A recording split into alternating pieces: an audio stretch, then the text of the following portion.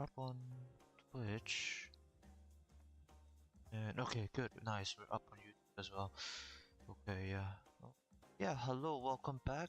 It's been a while. I know I skipped a week because I was just very busy with life in general. Yeah, really sorry about that. But I'm back for tonight. So let's see.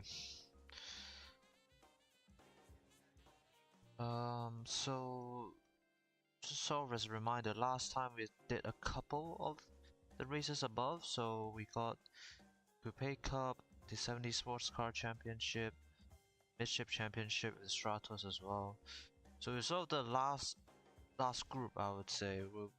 I'm not sure how far we'll get, but maybe like up to high-powered FR and 80s European, maybe. But yeah, so that's sort of the progress we made last time and the progress we're doing for this one. But yeah, I guess I know a lot of people right now, especially those streaming GT7, will probably streaming the power pack. So I'd like to just share some thoughts on it. I think the event by itself is like very good. In the sense that it provides like a proper challenge and a racing experience, both because there's stuff like qualifying and practice, as well as you're racing against Sophie AI, which is probably one of the more advanced racing game AIs out there, definitely.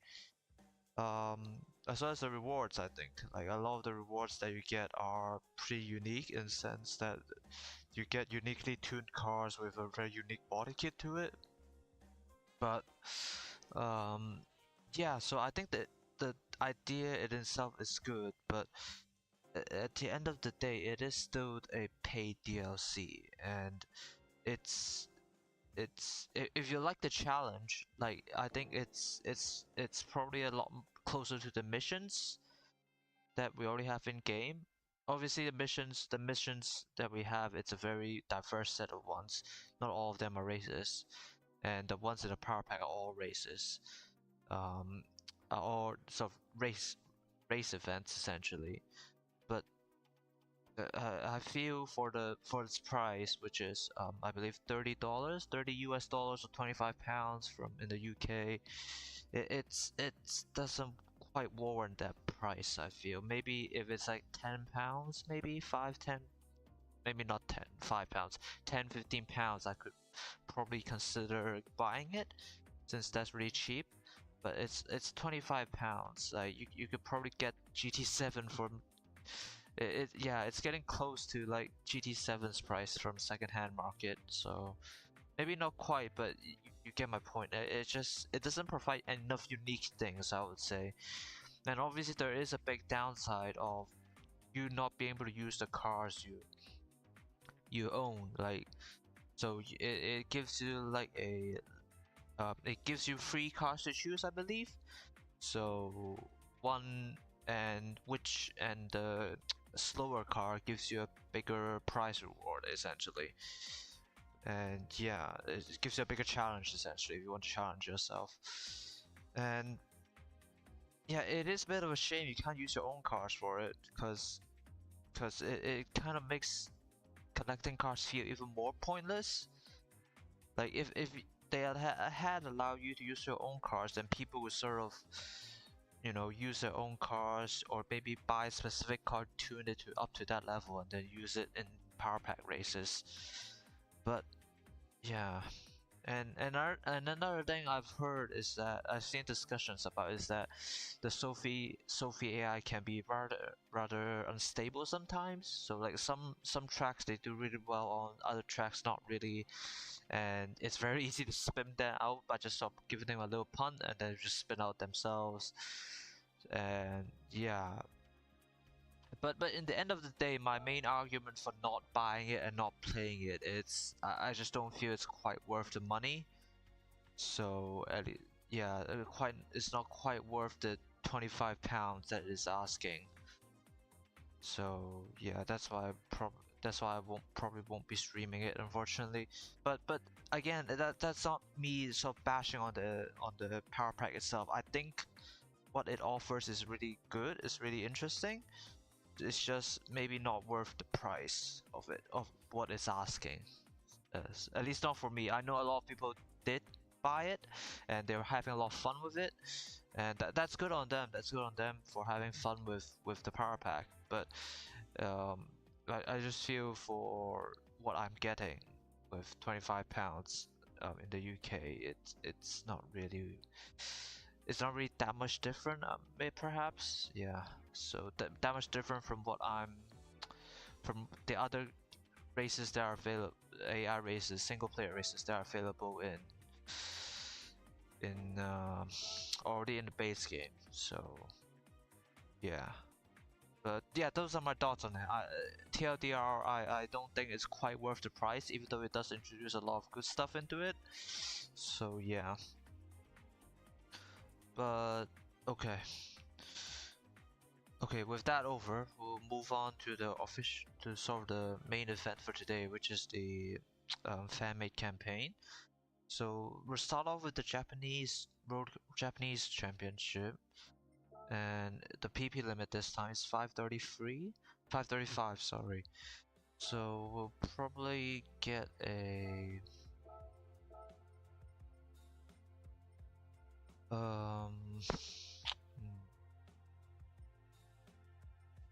yeah, I'm just thinking what to get, what to use, to be honest. But we can just use the S2K, it's already right there anyway, so why not?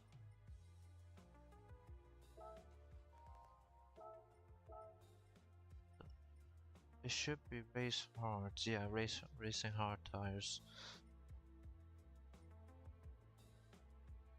Weight reduction, okay. Okay, yeah, we'll stick with the S2K then. So the first race is at Goodwood Motor Circuit. That's in the UK. Oh yeah, another thing that the new update brought is quite a few new cars as well as 2 new tracks, which the fact that it's for free, I think is still the best part of the entire update of the entire spec free update. Obviously, there are a couple new cars as well, which I might showcase a bit later. But Circuit de Villeneuve, so that's the Canadian F1 circuit, Grade 1 circuit, as well as Yas Marina. I haven't no really big thoughts yet. I have driven them a few times, like once or twice. I think Yas Marina does look quite beautiful. But perhaps yeah, to be honest, I can't really um make a judgment on it, and then until I sort of race. Oh, sorry, just yawn. Until I can't really make a judgment until I race multiplayer on them. So race against other real people just to see how the racing actually is. So yeah, I think both of them drives very nicely. As the flow, Yas Marina is perhaps a bit slow in the sort of the latter sections of the track. Gil Villeneuve, I think it flows really well, but perhaps it's a bit of a tricky circuit to race in because it's actually pretty narrow. So yeah, but yeah, I don't feel comfortable making a judgment until I sort of race with other people on the actual track. So yeah. Anyway, so Goodwood.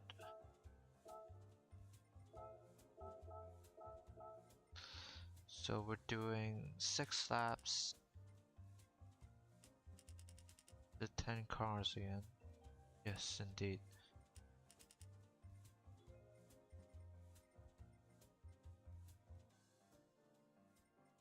Evening, speed.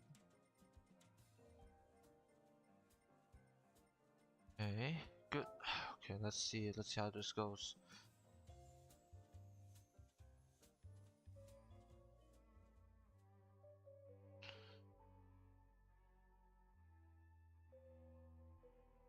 I hope you guys have had a smooth week so far. It's Wednesday, is it? I believe.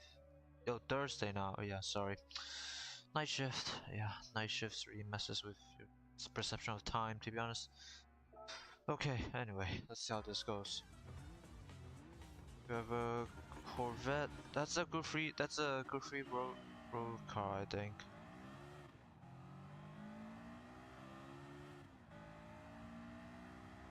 So I'm not entirely sure. Oh God. Yeah, I'm not entirely sure how this would go.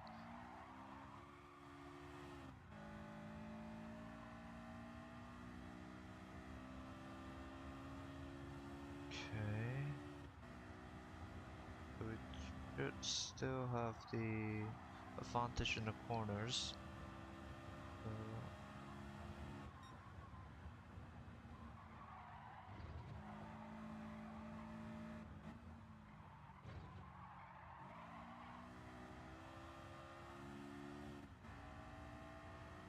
So probably a second half of this of Goodwood. We'll probably try third there, to be honest.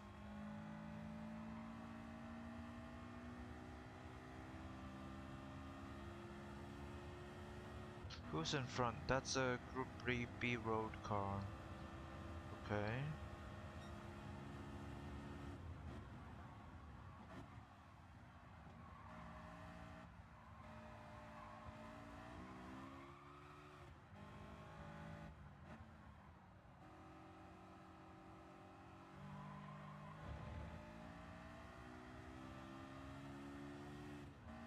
Saturday is surprisingly fast. I'm surprised. Okay, never mind. Aston got through it.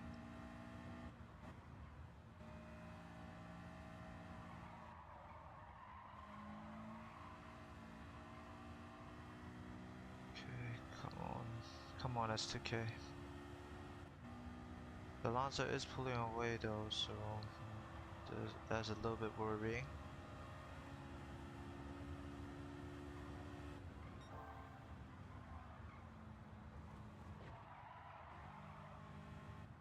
Goodwood is a narrow track, so I do need to be careful.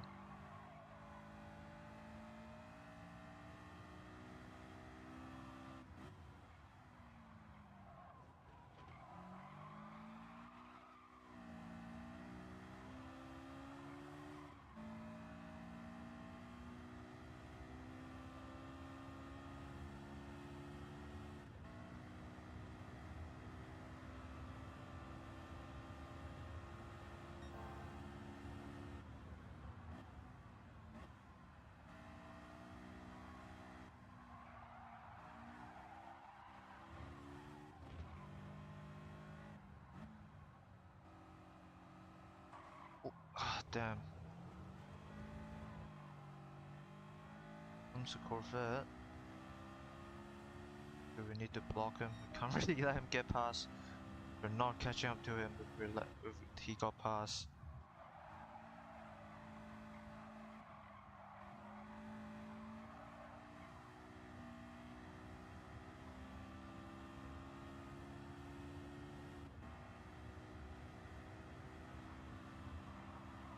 Okay, the Corvette fell behind quite a bit because he went onto the grass. That was risky, that was very risky. Okay, the Vantage caught up to the Evo. So maybe they might slow each other down a bit. I know the AI doesn't really do that, but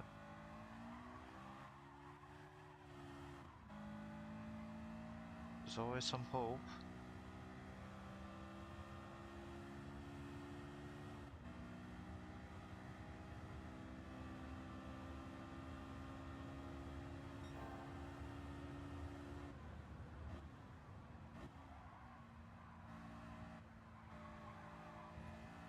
Oh, the Vantage got past, interesting. I thought he would hold him off a little bit longer.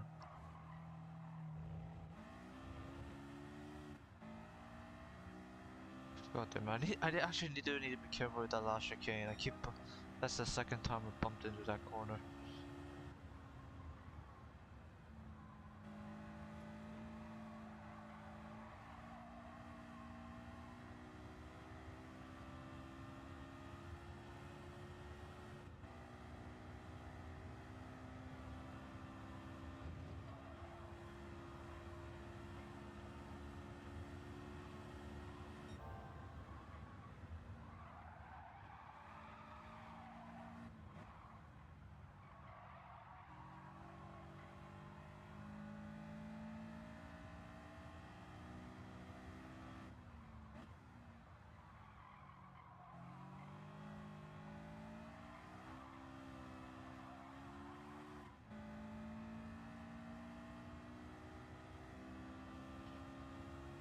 those three guys behind me are still keeping up really nicely, so I'll need to be careful.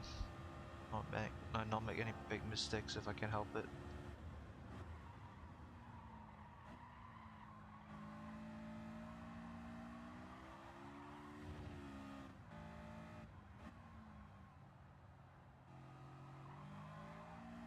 Much better.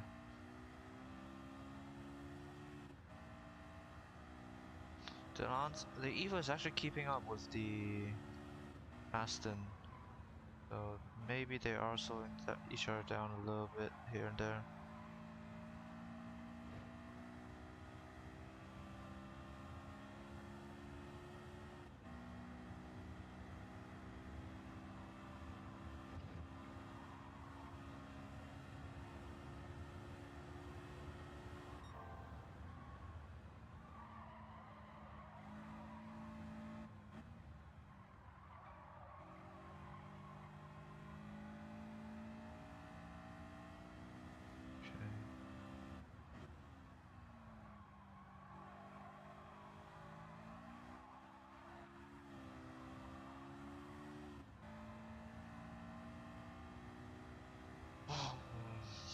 We are closing the gap slightly, but it is last lap, so it might not be enough.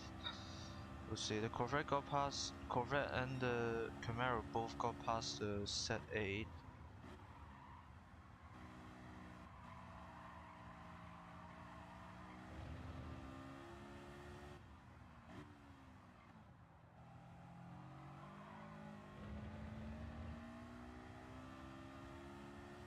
We're getting closer to the Evo, just not the Aston. It's kind of the main issue.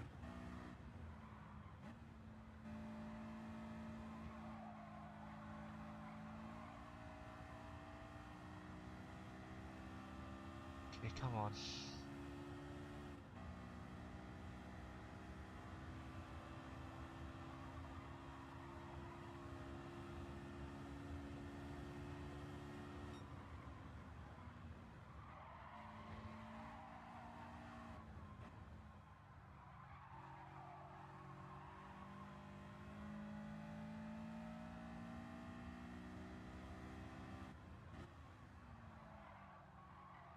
On the steer. Yeah, went wide a bit on that corner.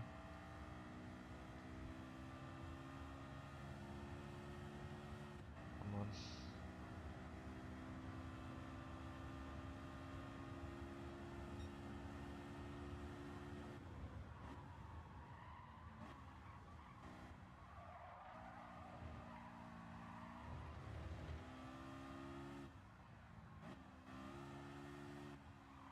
Oh, damn, I went wide. Yeah.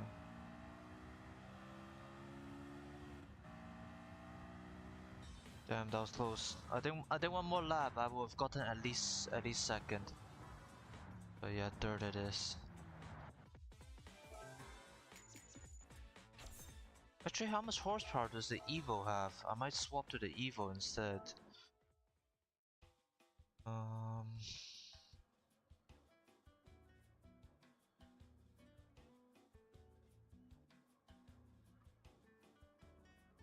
Car name is great, we get around immersion loss.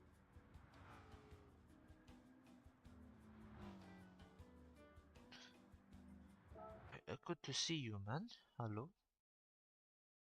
Yeah, it's at this region you see a lot of Group 3 or Group B road cars, I think, because they're sort of at that high 500, low 600 range. So yeah, they tends to be the tougher opponents. Okay, next one is Big Willow. So actually, let me take a look. I do have the Evo 9, I believe, that also is within that 535 pp limit. It should have a bit more horses than the S2K.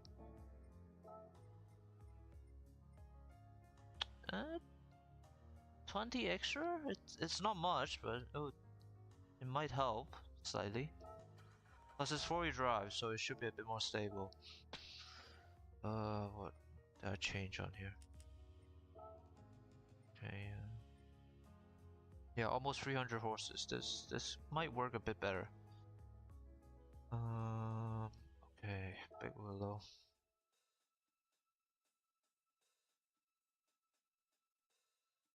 Okay.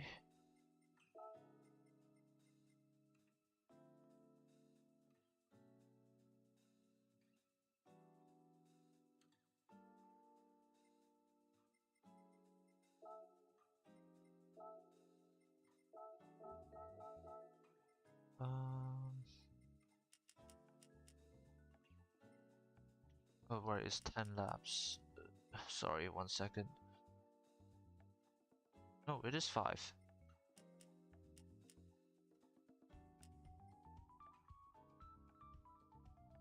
Let's see, afternoon.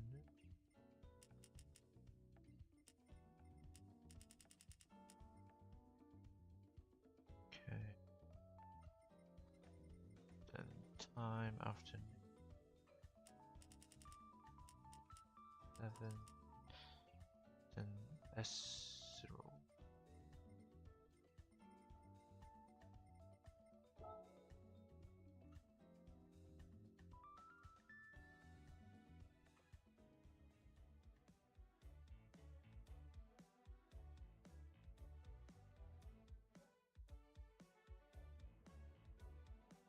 Approach four-wheel drive cars in GT6 was just at whack the tow settings so it curbed understeer loss.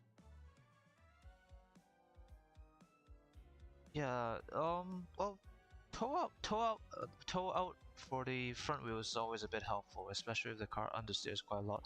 I quite like trail braking, and obviously that requires quite a bit of front control because you need the car to still be able to steer even though you're braking. So do like putting in a bit of tow out on the front wheels. LSD, it really depends.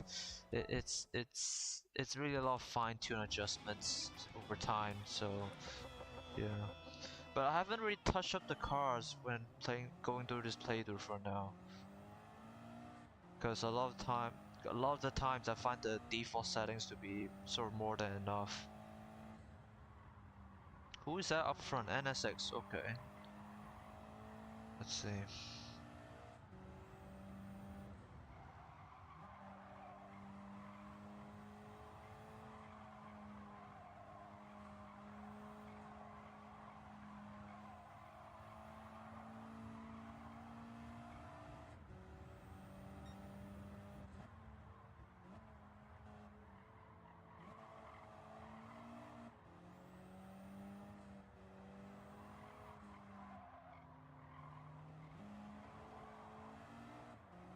Okay.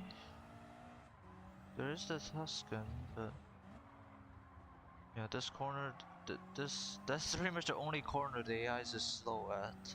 That's also the last one, I think. So we do have those two opportunities there. But here,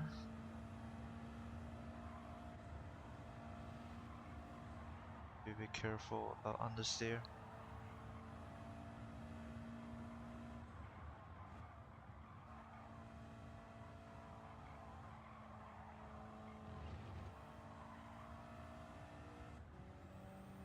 Okay, should be catchable.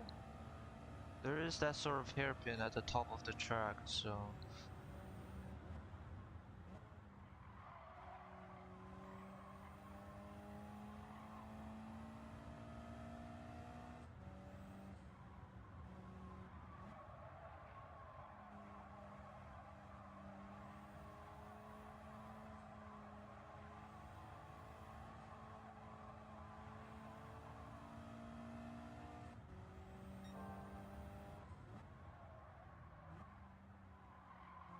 I thought I'd brake a bit too late there, but we did make it through.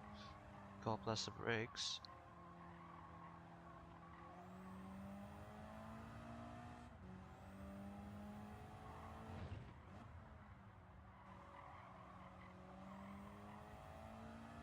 One downside I will say of the Evo is that I think it has a way more limiting gearbox compared to the S2000. Oh no, it does have 6 gears, sorry, my bad. I think it was the Evo 10 in this game that only has the 5-speed gearbox for some reason. So yeah.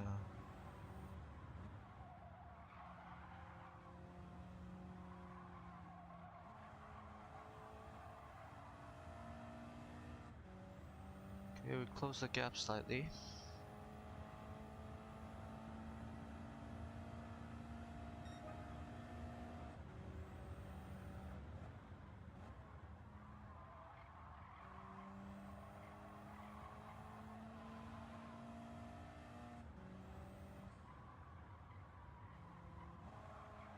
Oh, the TFR got passed somehow, okay.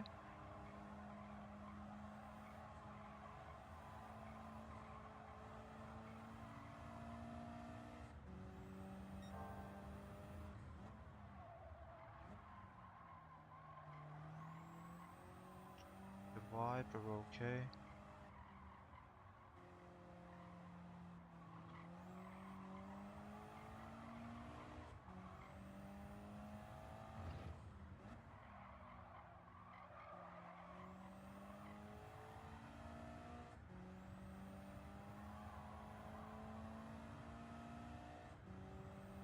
Just, I think the TFR is starting to run away with it.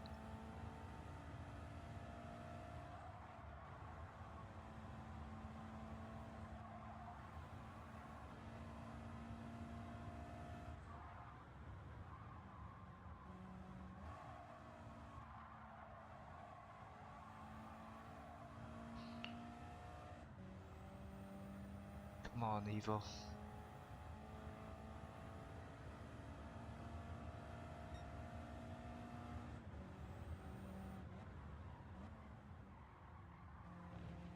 A bit too much braking there.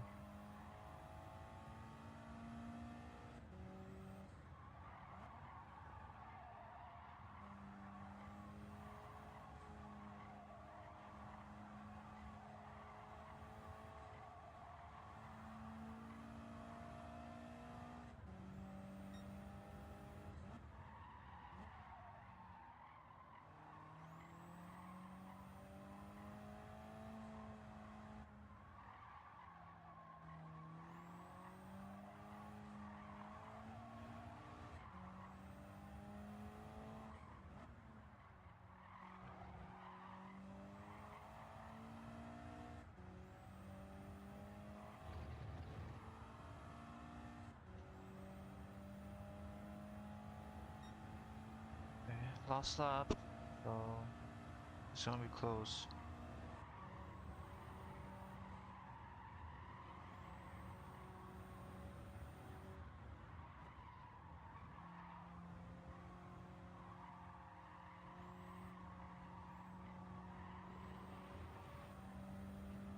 Let's get that slipstream going.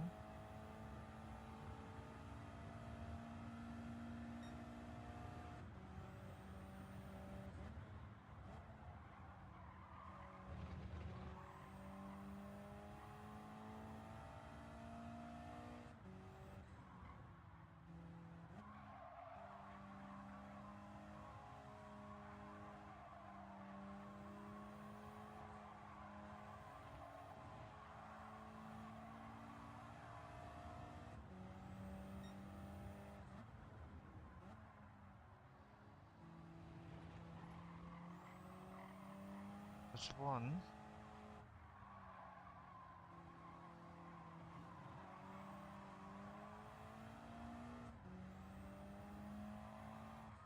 Oh, sorry. Oh, he's off to the shadow realm. Oh boy. Oh boy.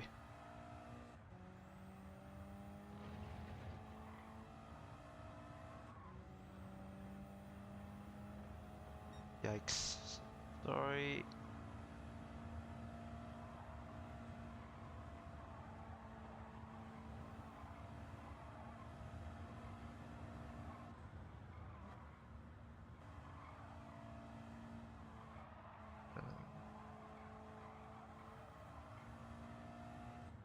Okay. We probably need to block the NSX. Maybe? Oh, okay. Oh. Yeah, a lot of travel soft forms.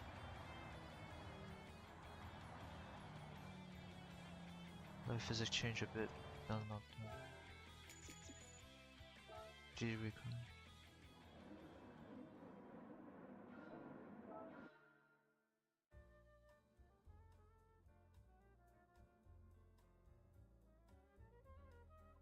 Hmm.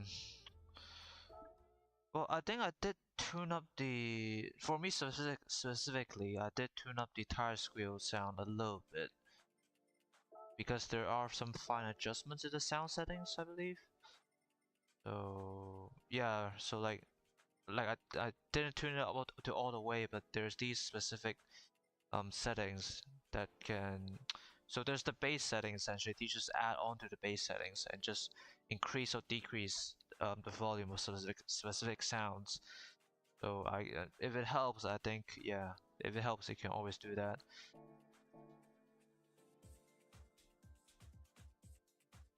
Well, it's yeah, I suppose it's more of a newer feature. Maybe not very new. Like when I was playing Drive Club, it's already there in terms of individual sound settings. So Drive Club, I think that's a PS4 game, and that came out in 2014. So okay, that's older than I thought. But yeah, I suppose for like more serious racing games, it's probably a setting that's already there for quite a while. But yeah, but if you're taking stuff a bit more seriously, those tiny bits can definitely help quite a lot. Um, so first there, Spa-Francorchamps, 10 laps of Spa. That's quite a long race.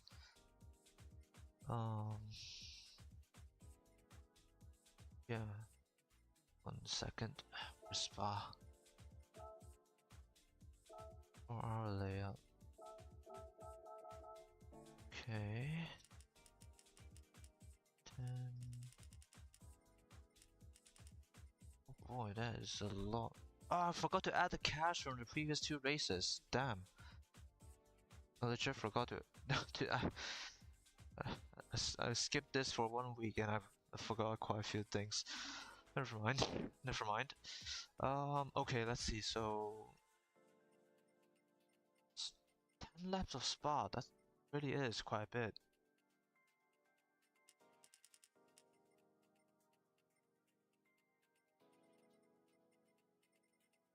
See some S. That's the one. Okay.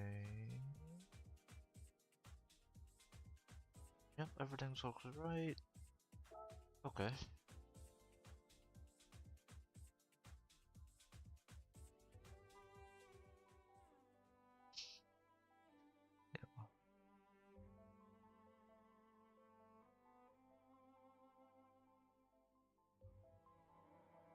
Yeah. It could probably be in other games, but just that we just that I've never noticed or anything. So, but then again, uh, yeah, this sort of simcade games, it's not that common.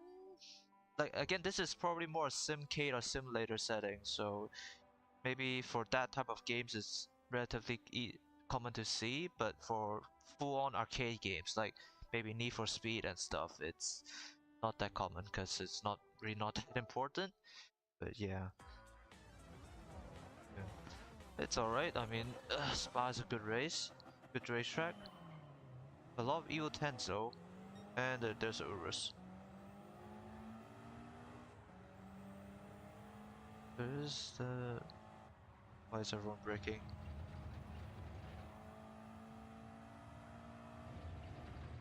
There is the Tuned Inismo, so that's probably our main rival. There is the Urus though, just charging through. We'll see. But yeah, for Spec 3, I think the base, I think the base update itself is actually pretty good. So perhaps it's not as game changing as Spec 2, because Spec 2 did really introduce quite a lot of stuff. But yeah, I think the fact that they still added two new race courses, Yas Marina and Gilles Villeneuve, is really nice. and those are racetracks you don't really see all that often, I feel. So,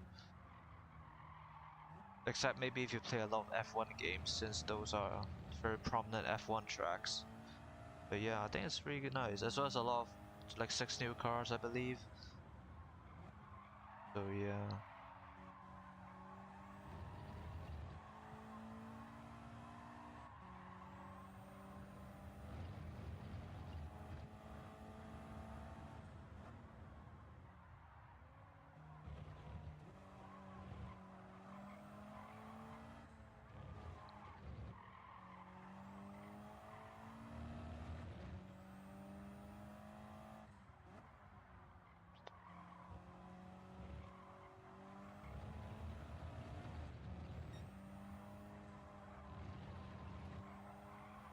Okay, we got a better run here.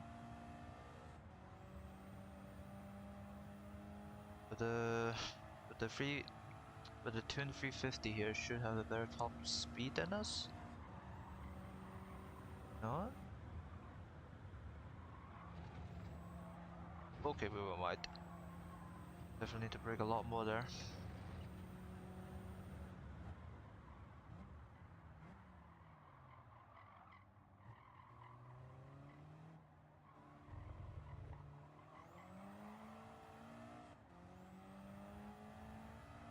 So who's keeping up with all of us? That's the thing.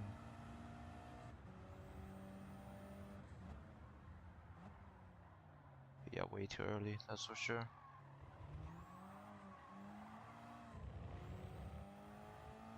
The 911, oh, it's a 997, that's why. Right, that's why it's pretty, that thing is pretty rapid. Okay, let's see.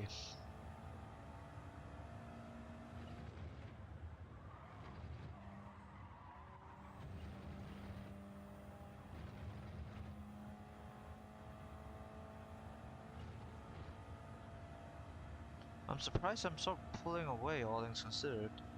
Okay, never mind, he's closing in. So yeah. So yeah, AI still have that power advantage, but Spa isn't exactly a high-speed track. At least quite a few sections of it isn't.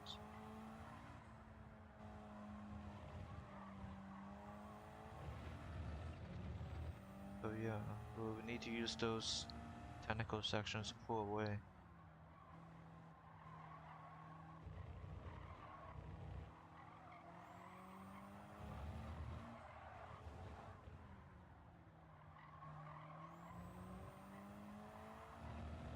Yeah. The only oh, here's 911. That's why. Okay. I was surprised at how quickly the 350. Oh. Okay. Rude.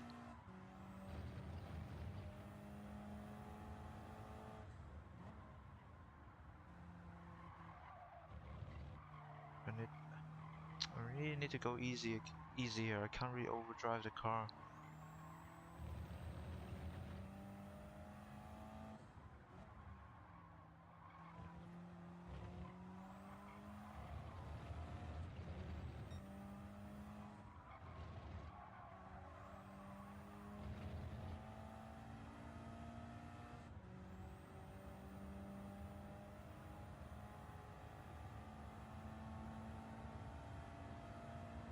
Okay, that 911 is pulling away now.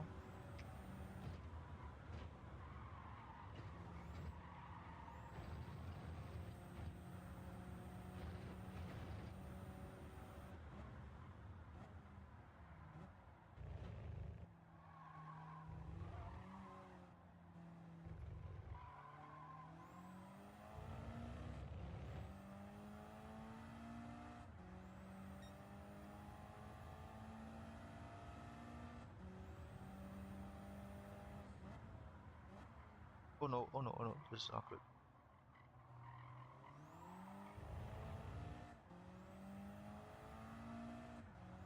Oh boy.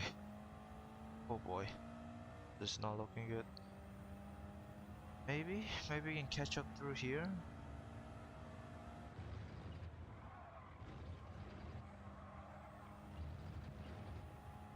Okay, yeah, the AI is terrible to Rouge and Radion.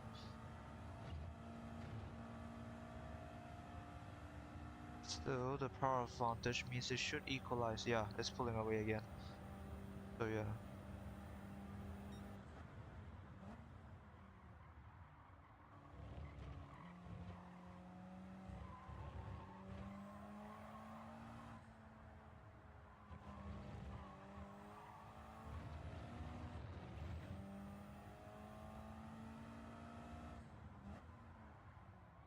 Careful not to drive a bit slower.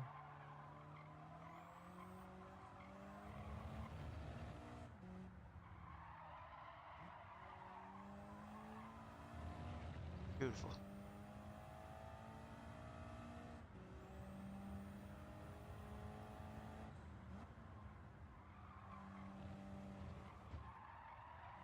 I went wide there.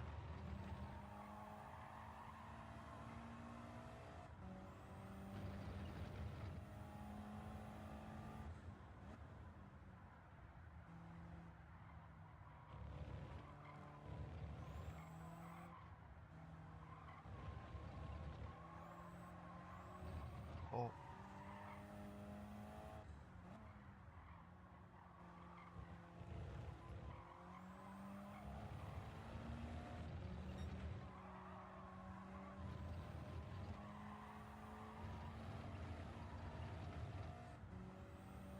Hmm. I think we can catch up, but it's gonna be hard. It's gonna be a hard fight. Cause this sort of last straight here will give the Porsche a lot of headway, so it can really pull away from us.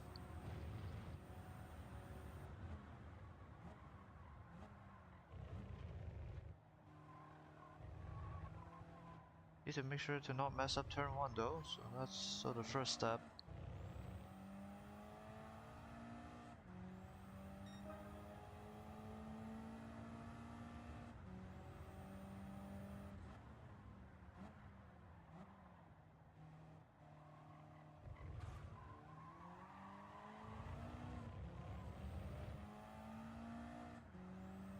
Okay. Okay, let's see if we can try to go for close the gap a bit more here.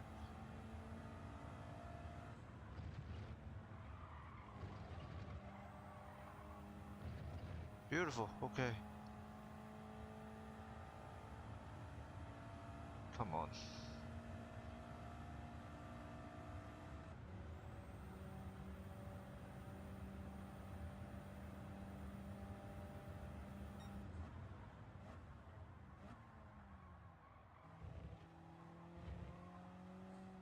Okay.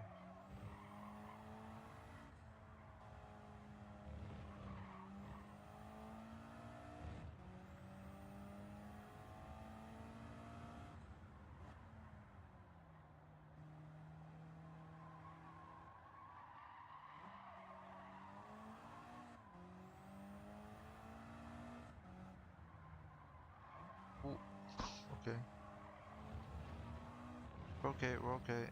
Got a second ahead. Okay.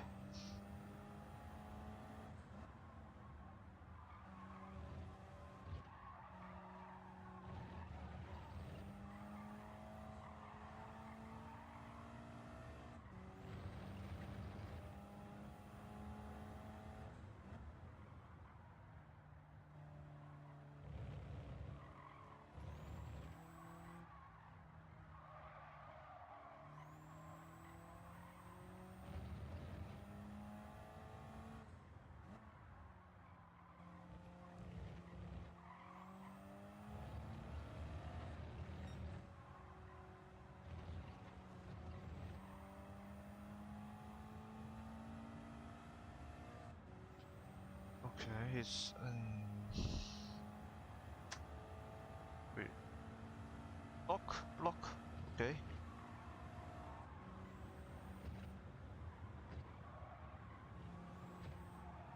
Oh, went by again. Okay though.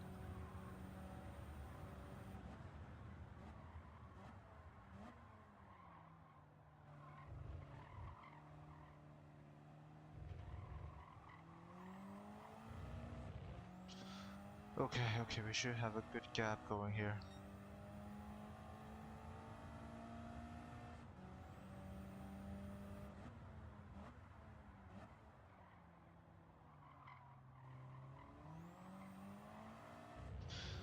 Okay, yeah.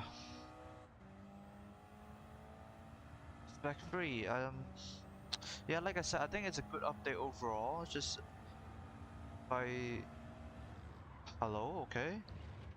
Shit.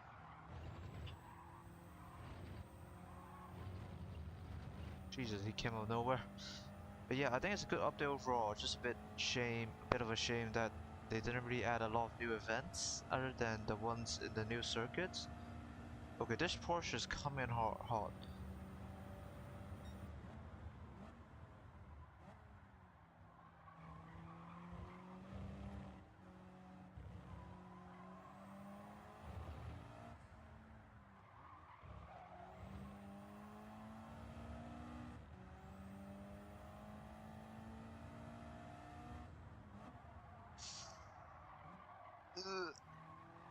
Overbreak myself there.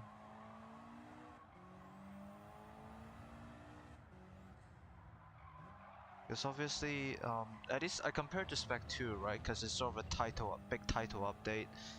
Spec 2 brought in a lot of new events, which I think made the game a lot more interesting to play. As well as, you know, the super licenses, which are which is essentially just extra single player content. And I believe it's also they brought in a lot of rain. They brought in rain as well, Spec 2. So yeah, a lot of big big updates, big changes from Spec 2 that really make the game feel a lot more interesting to play and a lot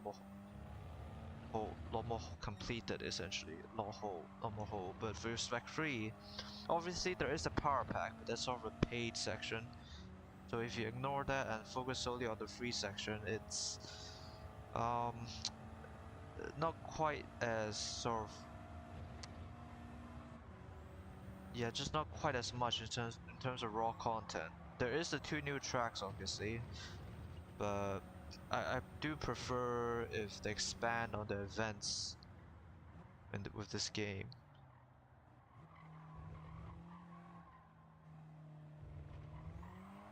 A lot more than just, you know, bringing in new cars and new tracks, but also new events essentially. Because with Spec 2, they brought in a lot of those pepper icon races, and those I think actually are some of the best single player content you can play in GT7.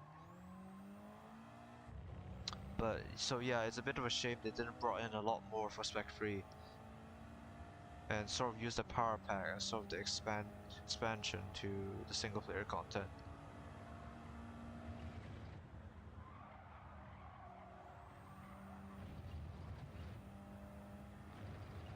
Okay, okay.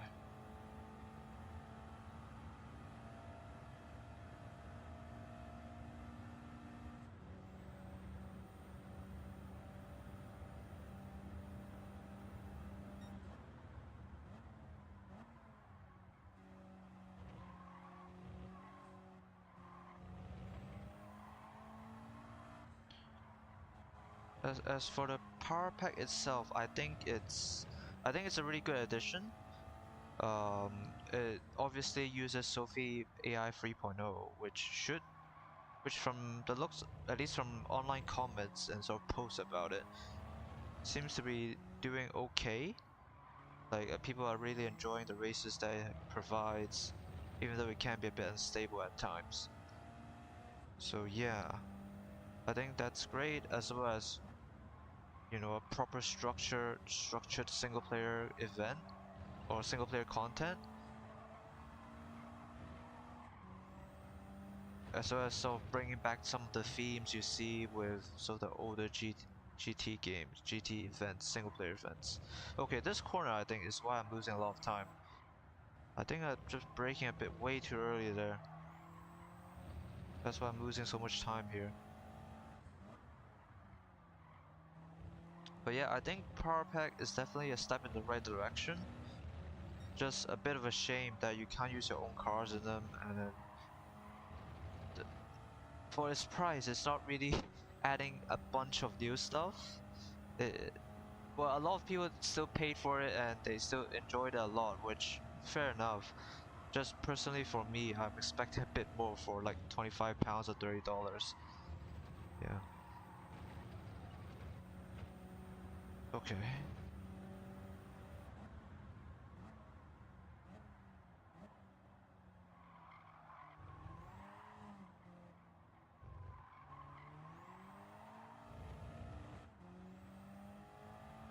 Okay.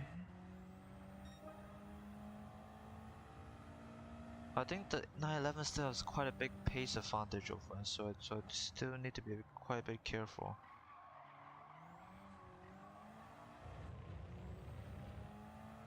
Okay, come on.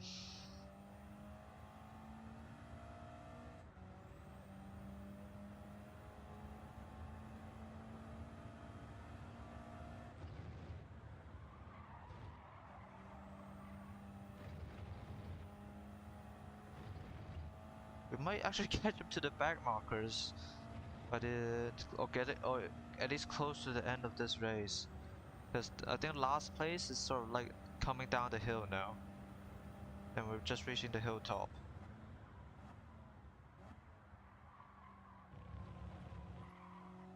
So yeah, depending on how fast we go, we might actually catch up to the back marker. Oops, sorry.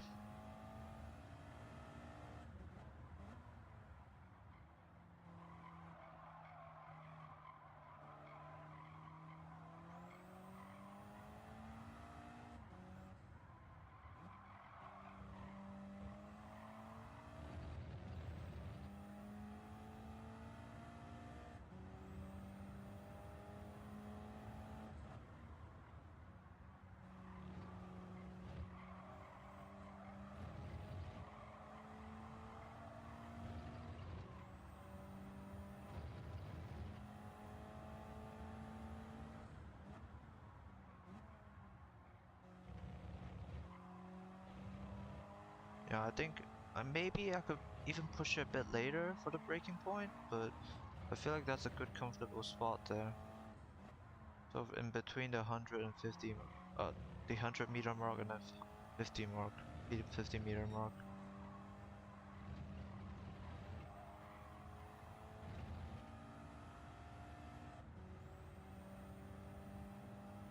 0.7 seconds, but it's closing fast.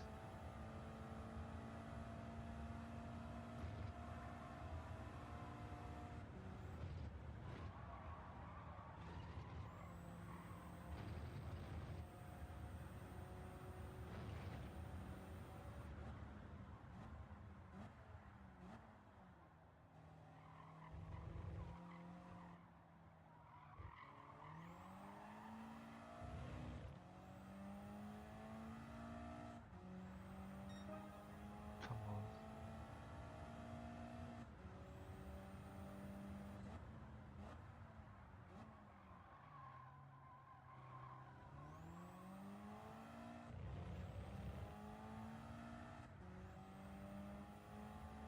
Still there, still there. Yeah, we're definitely catching up to the back marker, that's for sure. Not sure how. I don't think it's gonna slow down the 911 a lot though, so we do need. So let's try to get past him as quickly as we can. But there he is up front.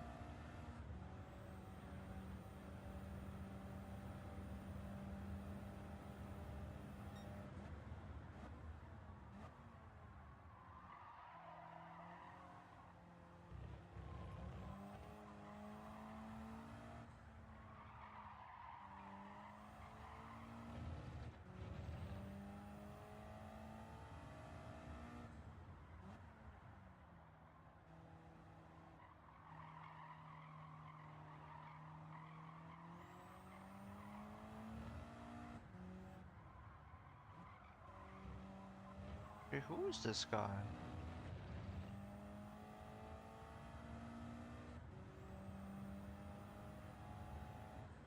Oh, it's a set 4, that's why. Yeah, he's unfortunately he's quite a bit outclassed. It's not even the new one, it's the old one, first gen, I think. Yeah, 2003. It might even be the first gen set 4.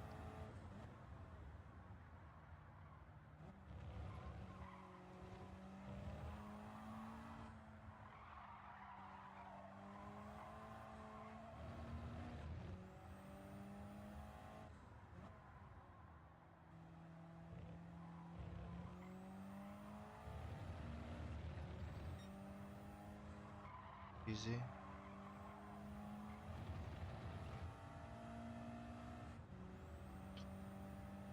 Okay.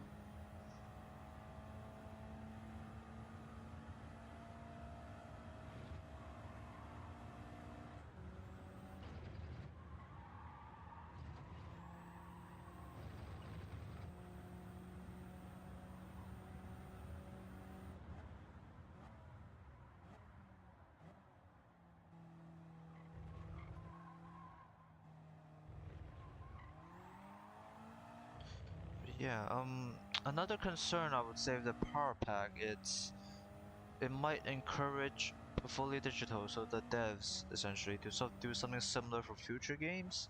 Obviously, the power pack is probably going to sell very well because it's sort of it does sort of promote itself as sort of a at least for the fans, for a lot of the fans, it sort of harkens back to the older GT games where you get a proper single player structure. So so it's probably gonna sell really well.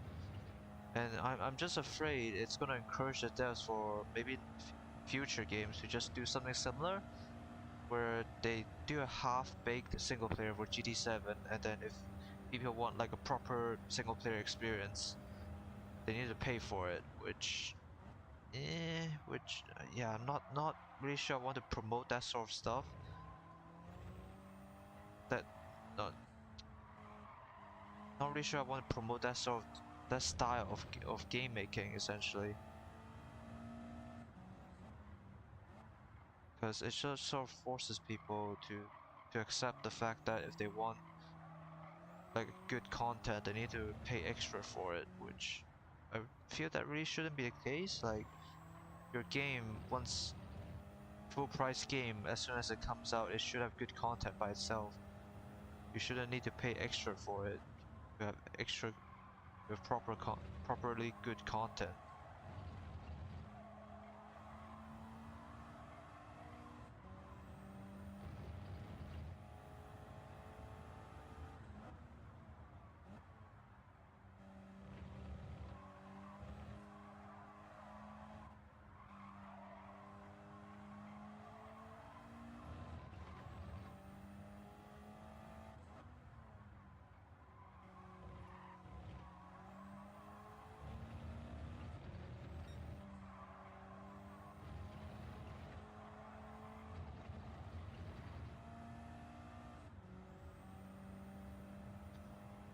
Okay.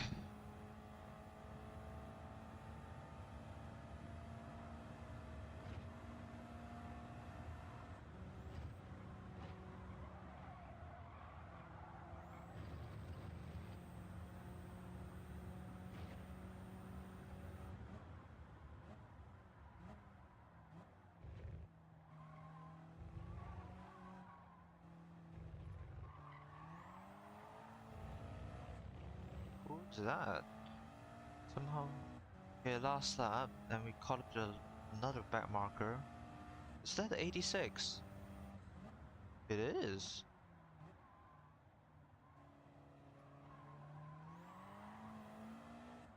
Again, a bit out of depth here for him. Okay. Be careful here, not drift too wide.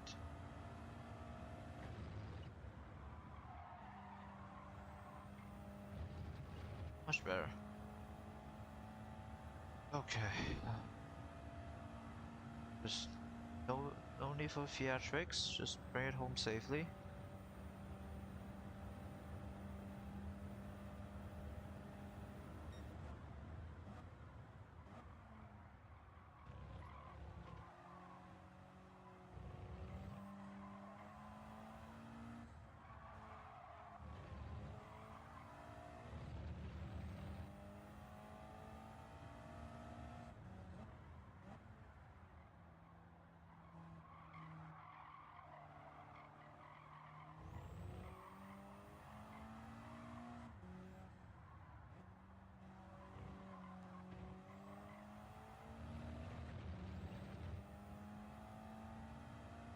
Okay, pretty comfortable gap here, so we should be fine.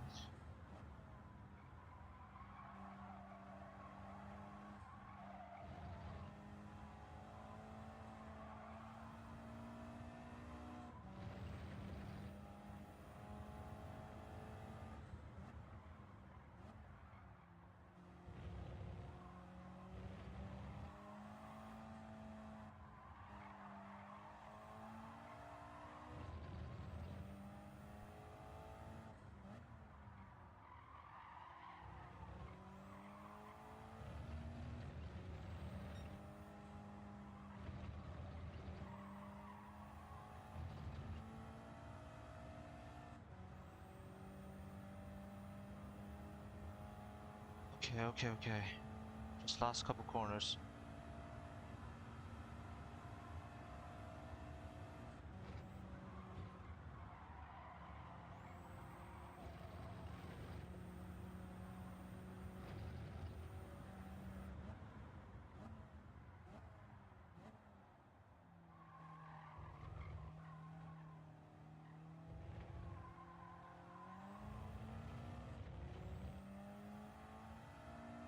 Okay, that's 10 laps of Spa, fine.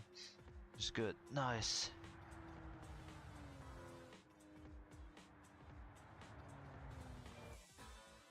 Okay, let's go through all the, oh, right, the cache. Okay, let's go through all the chat.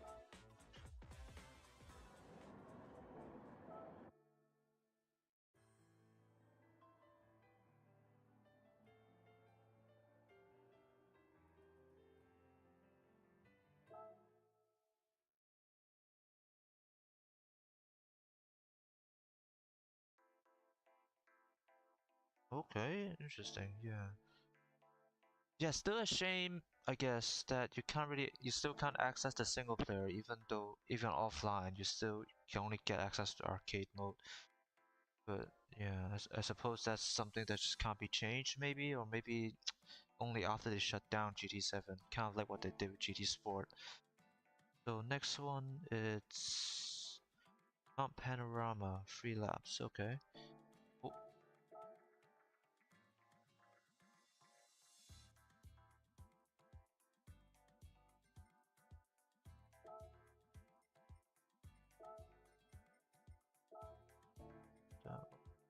This one.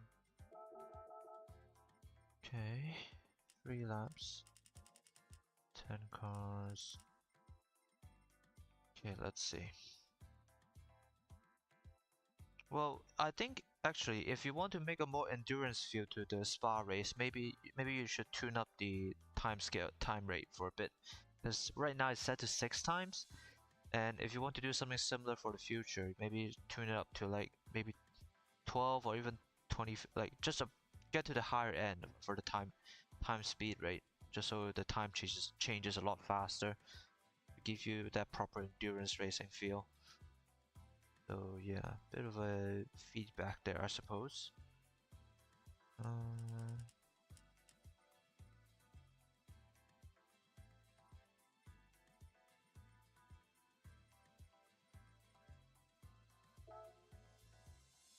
What else?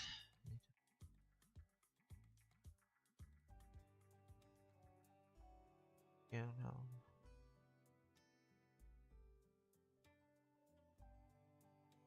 Who's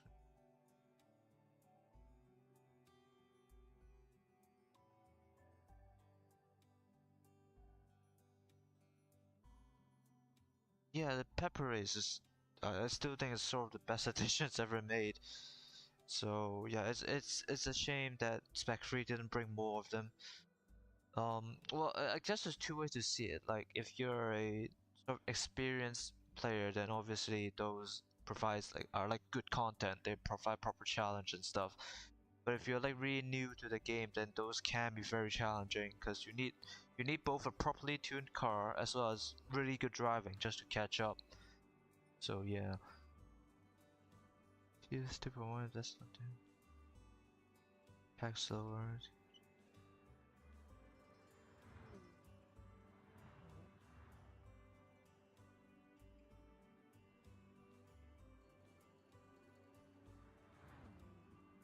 need so they can make good.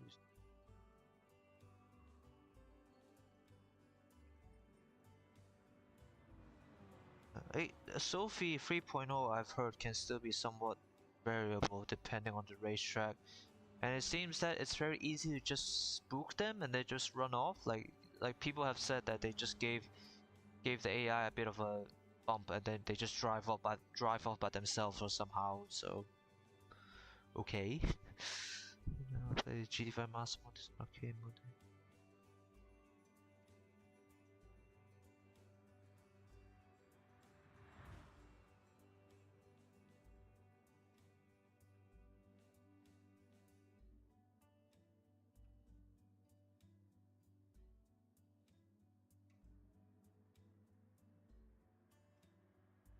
Yeah. No, it's okay with the race length. Yeah, sometimes these are some things that you just can't need to get a feel for, I suppose. So yeah. Anyway, what else?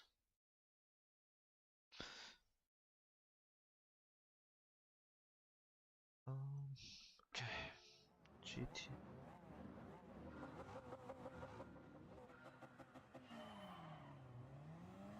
start Giacomo. There is a Viper, so it should be. Yeah, it's just steaming ahead on the big straight sections. We'll see how it does up the hill though. The AI tends not to do too well on the hill section on Panorama.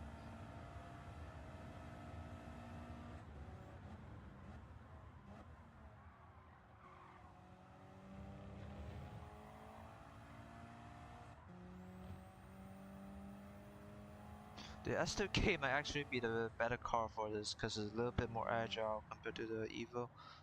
But oh well.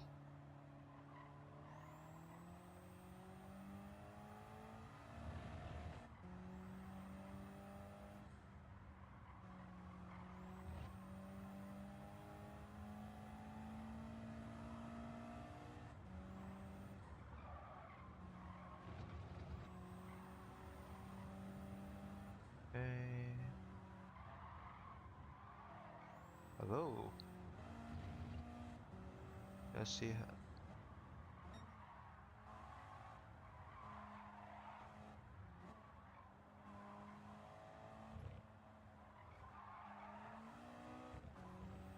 Bump.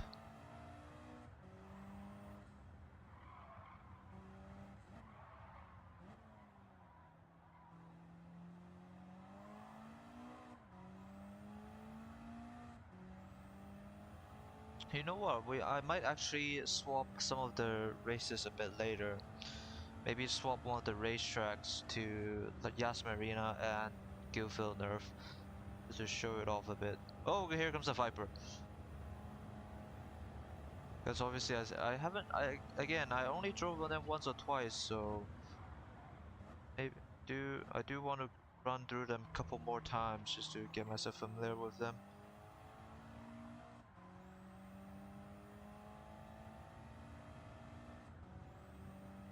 But yeah, the Viper's gonna be tough. I don't think we could really build a big enough gap through the hills to safeguard us from the Viper overtaking us at the bus stop chicane.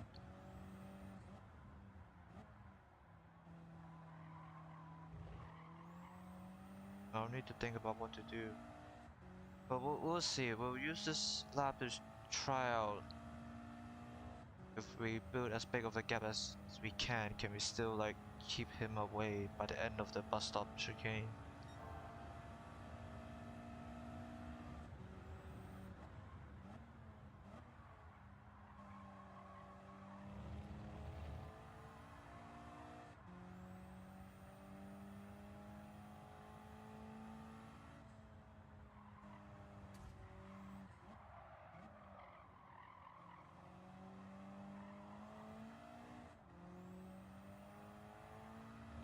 It's getting dark.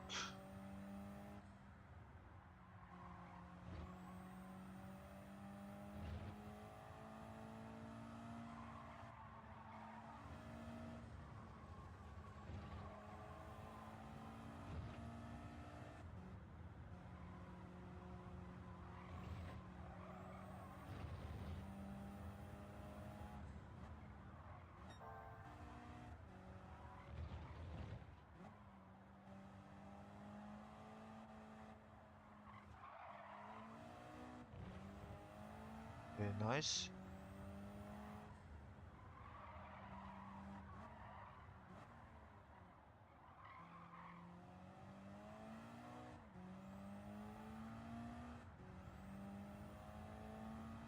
Oh, using power. Oh, here it comes again.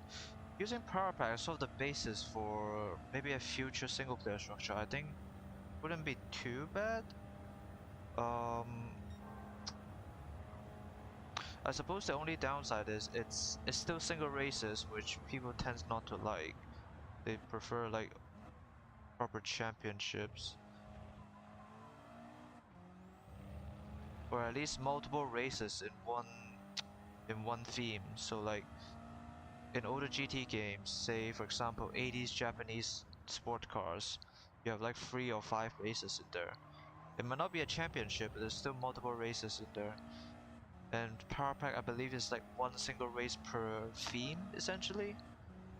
So yeah, that definitely could be changed a bit.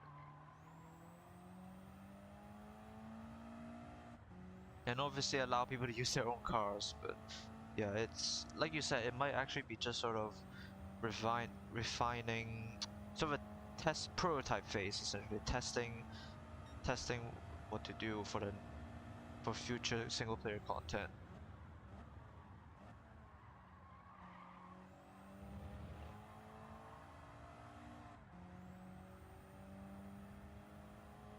Okay.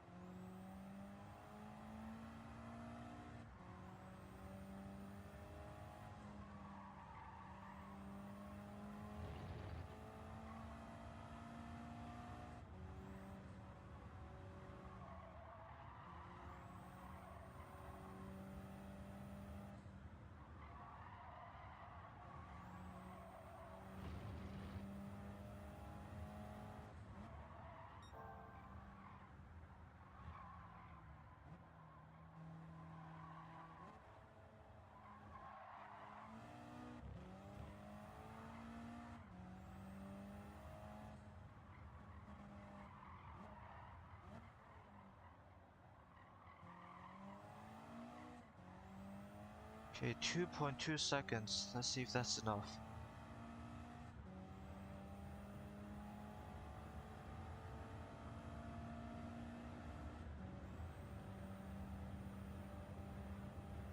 Oh, it's gonna be close. He's gonna. The Viper was braking a lot earlier than me, so.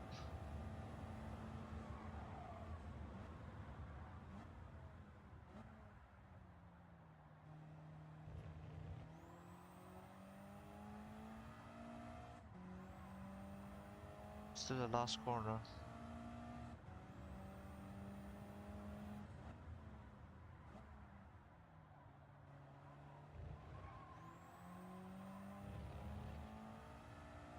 Oh, okay, that's a close one, but we got it. Yeah, the hill. The hill is the AI. So the AI's Achilles heel, essentially.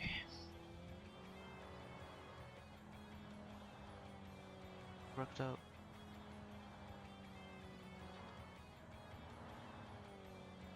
Feel much in a new general. These things that went bad for last. Testing with stuff that is possible.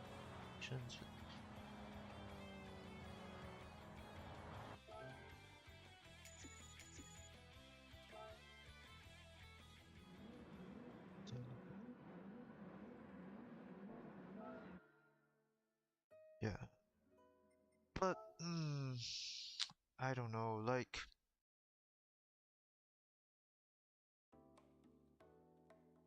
I think perhaps one issue we can say that it's with sort of just sticking with the old GT formula is that it's not really changing anything. There's not really much innovation there.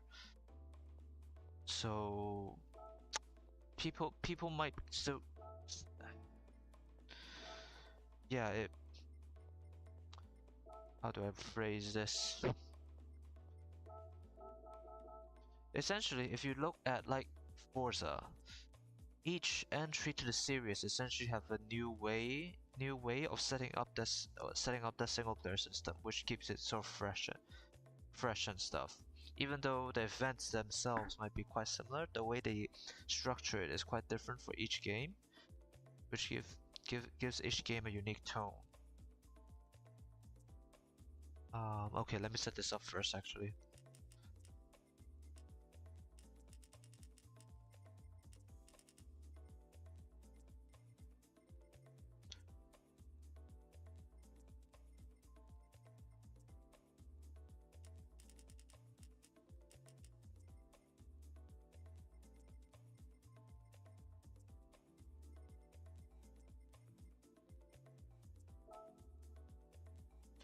But well, there is a little bit of that, I suppose, when you when you look at the older GT games with like the 1 meg event.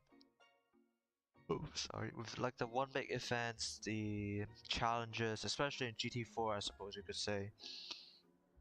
1 meg events and challenges. There's still a little bit of that in GT5 with like the Top Gear Racetrack challenge, the Rally challenge, and that sort of stuff. But I think the obviously a lot of that's just gone, unfortunately, when you go into GT6, GT Sport, GT7. So yeah, I, it would be nice for them to bring that back, obviously, but is there a way to change that somewhat, perhaps?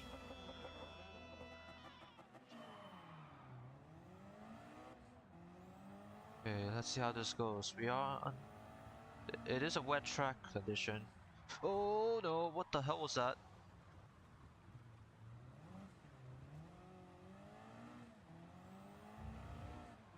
I got bumped in from the rear. God damn it.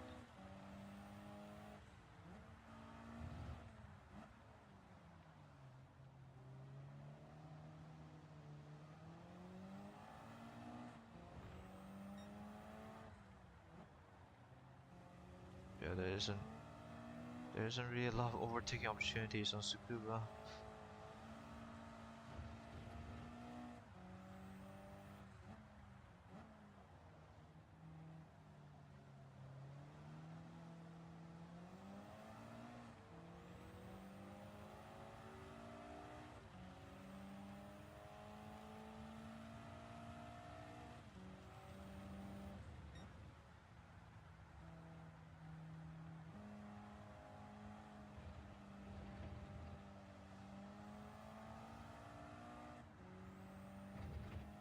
Okay. Yeah, I don't think the rain's going away anytime soon, so probably still be will be a wet race throughout.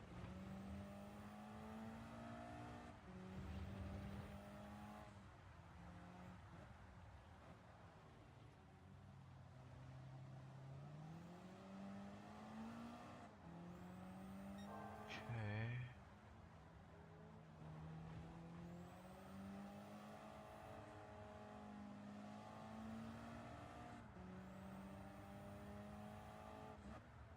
Oh no, sorry.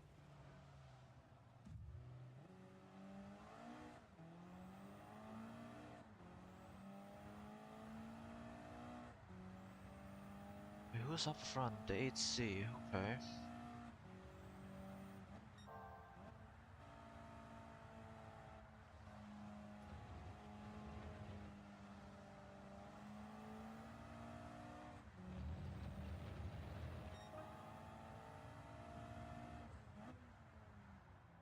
Too early on the break.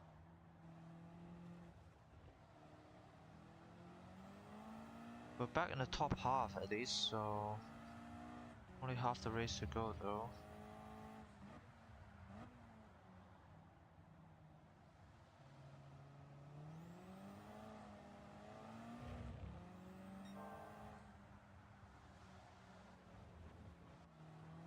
Damn it.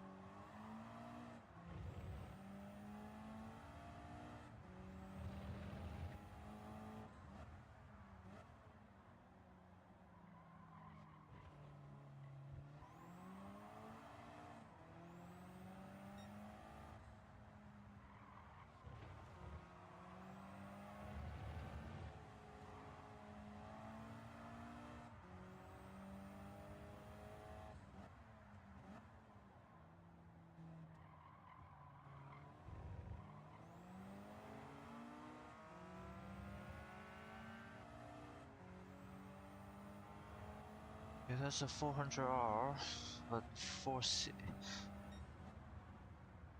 But if 8C is like 4 seconds ahead though, so.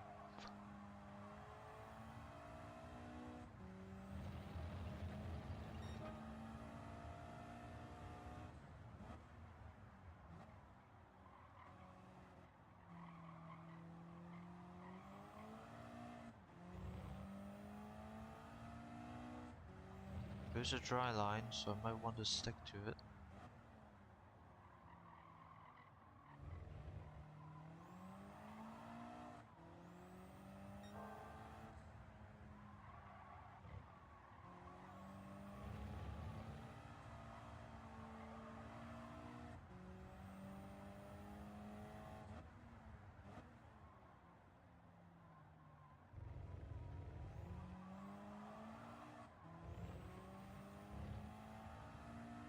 Okay, damn.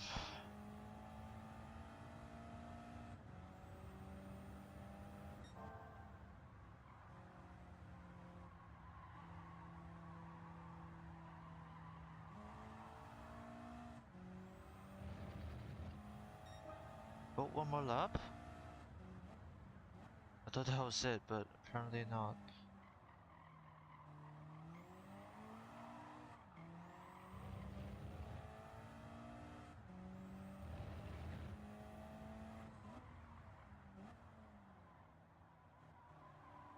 The AI will slow down quite a bit for this next corner.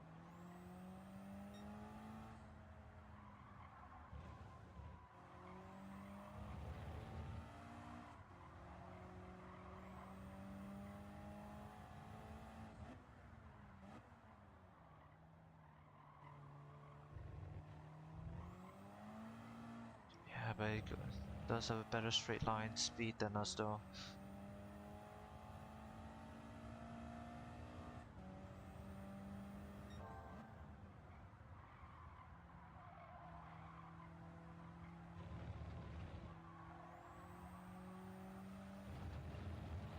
Damn, GG.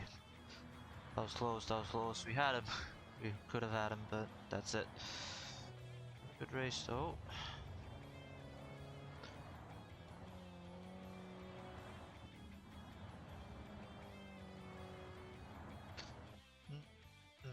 Well, with the AI, right? It's pretty much like perfect control because they operate on like a frame by frame basis essentially compared to humans. So I presume they just get like the perfect throttle control, the perfect braking control, etc. So it's just a matter of them choosing how slow they want to go during corners or during the straights essentially. But if they want to, they can drive perfectly, I think. Yeah, one more lap.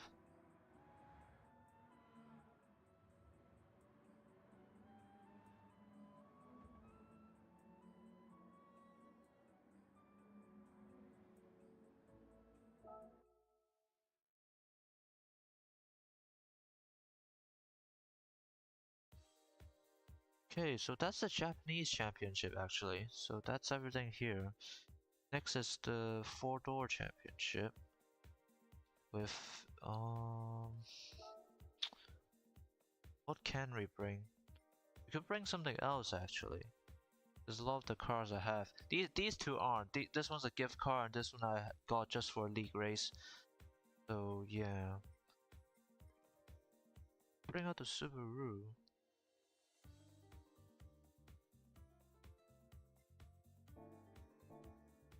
Yeah, is there anything interesting in the used car dealership? 4 doors and 540 pp.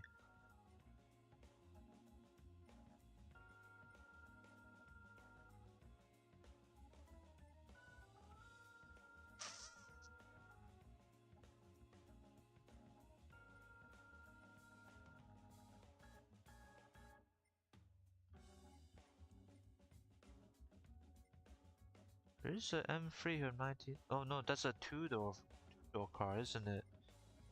Yeah. Yeah, I suppose we could bring out the Subaru again. Isha. Oh, I need to change the oil on the Evo as well. Anyway. Okay.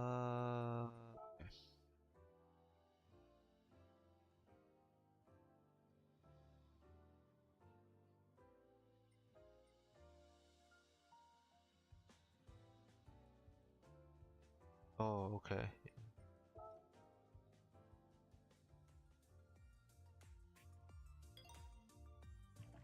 Oh, there's also the Legend dealership. I wonder if it's changed or something. If not, we will use the Subaru.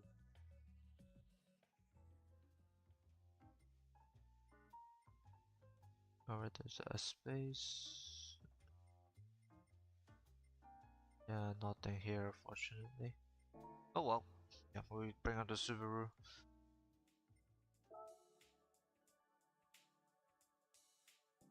Um,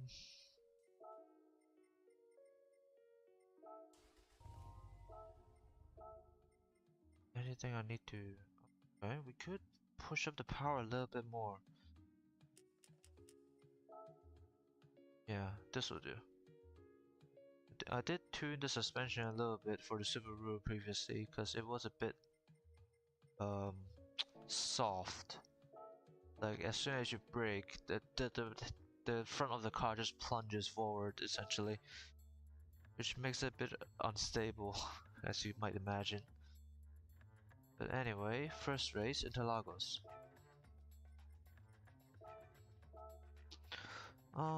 Different. Actually, oh, there is a rain race at high speed ring though, so there's that. Um,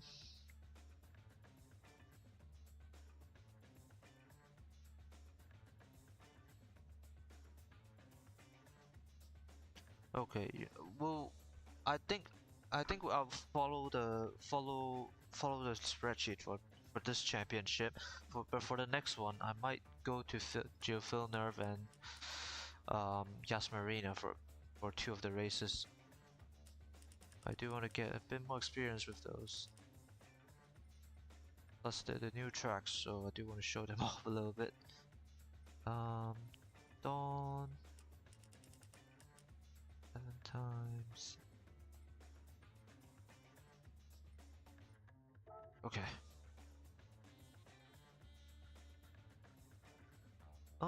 Not yet. I haven't really tried any of the extra stuff just yet.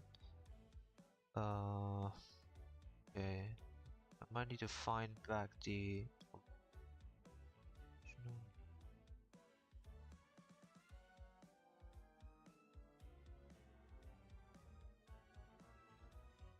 Yeah, I do need to definitely need to find a spreadsheet first.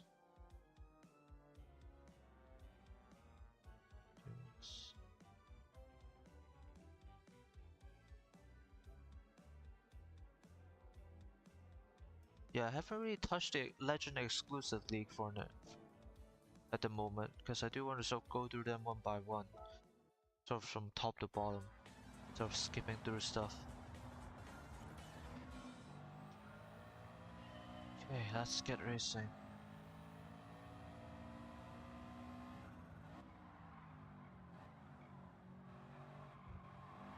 There's an M4 up ahead, which can't be good.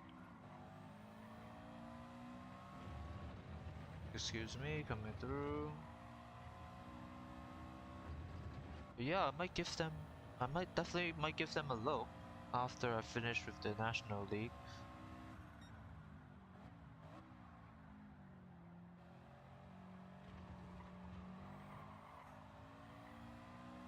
Okay, good. Oh, it's a good free race car, road car, that's why. Okay.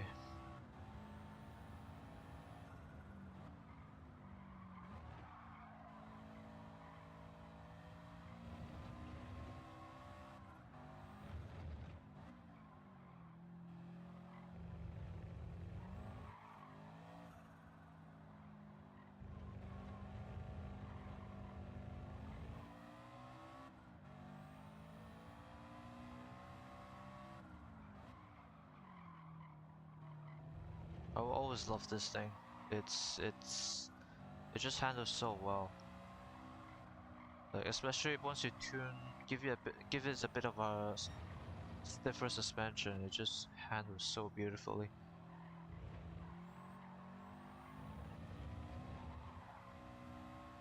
I think my right rear went on the grass there. So yeah.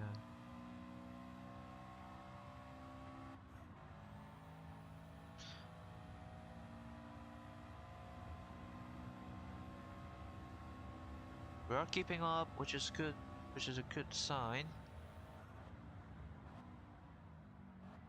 Yeah, definitely not. Definitely can brake a bit later there for turn 1.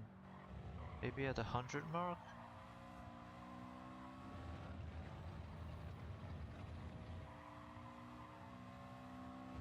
Hello there.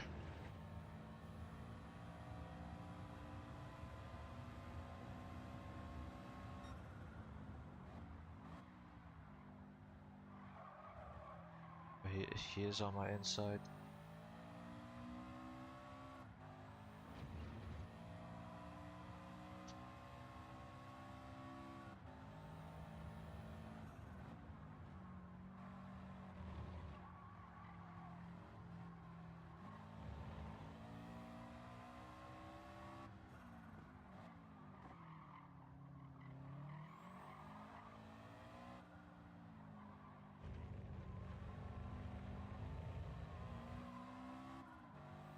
Okay, good. Looking good so far. Oh no!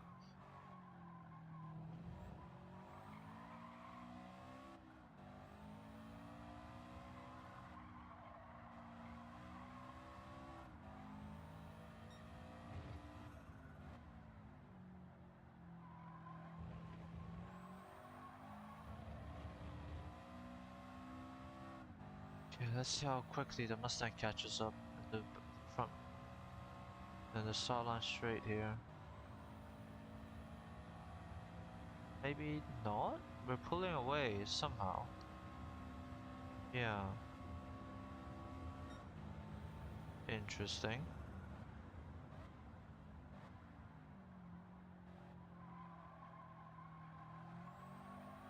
Definitely.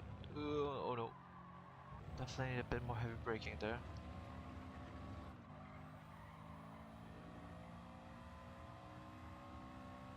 Maybe it's the M4? Okay, what is going on with the AI? Still pulling away.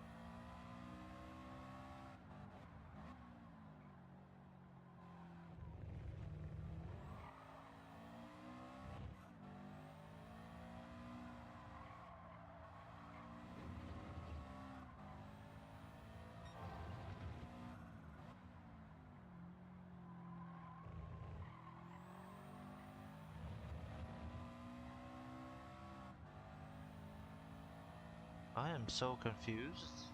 It's probably the first time I've seen AI being this slow.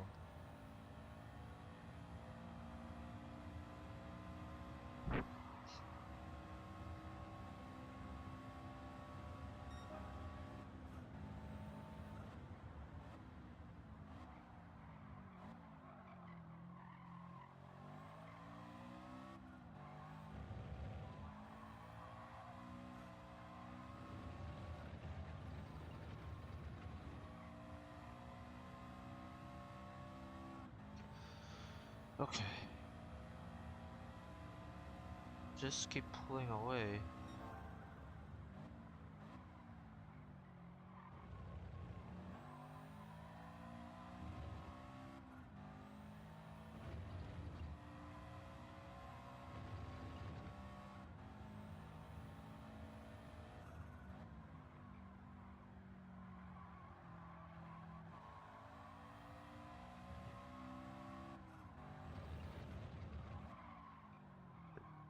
plate there.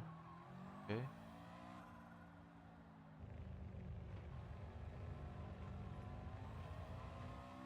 But yeah, I'm interested in what all these extra leagues that you've mentioned. That's mentioned in the spreadsheet. I presume they're a bit more specialized and not just pure racing.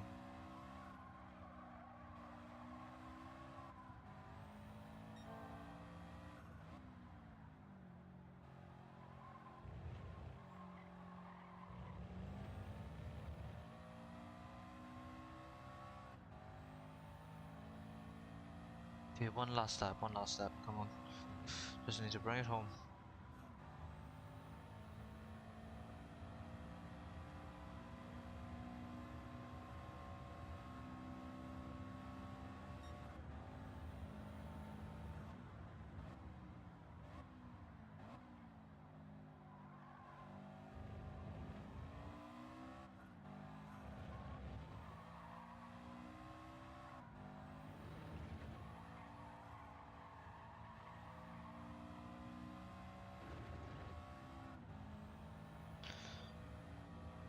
Yeah, it's my first time seeing the AI being this slow, which is definitely weird.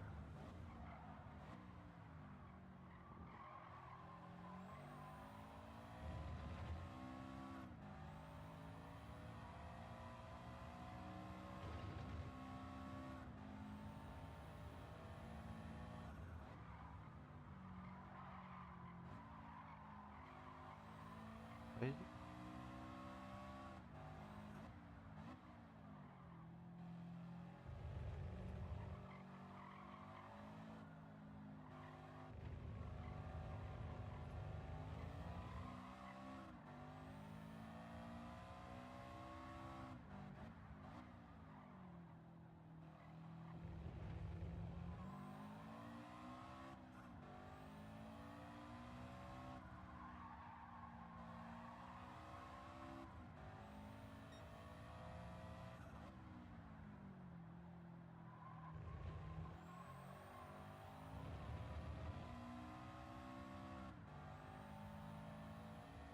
Okay, good.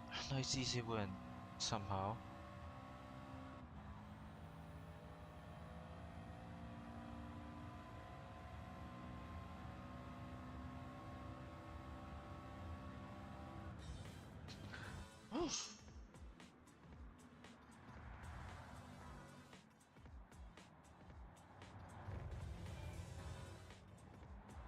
This suits the limits of the beyond the there's no entry limits.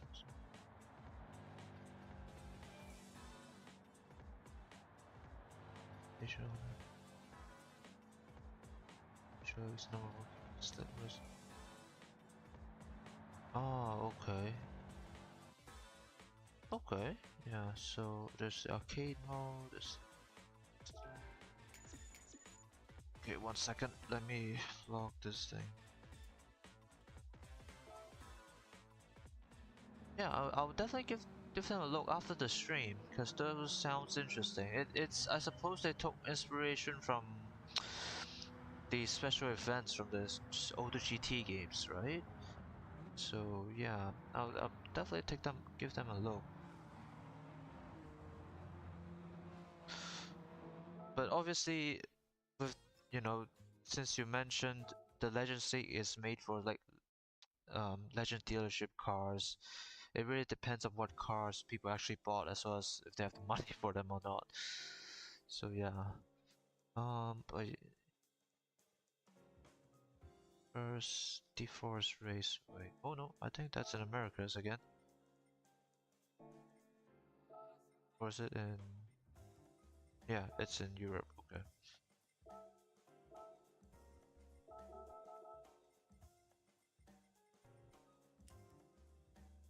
5 laps again. Sorry.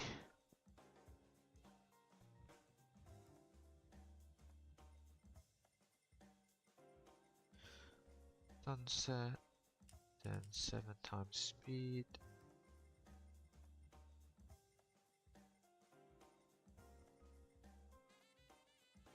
Okay. Okay, let's see how this goes.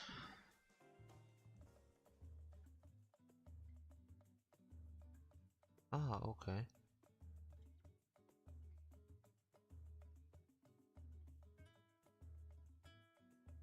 Yeah, I can see that. Yeah, especially since they're time trial, right? Or drift trial. So I suppose you had to like actually try them, like drive a lap, try them out yourself, and then set target times for people, which sounds quite sounds a lot.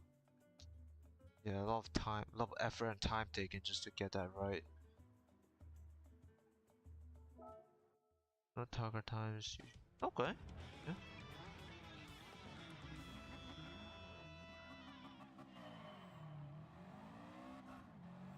Just competing against myself. Oh, there's a Urus again.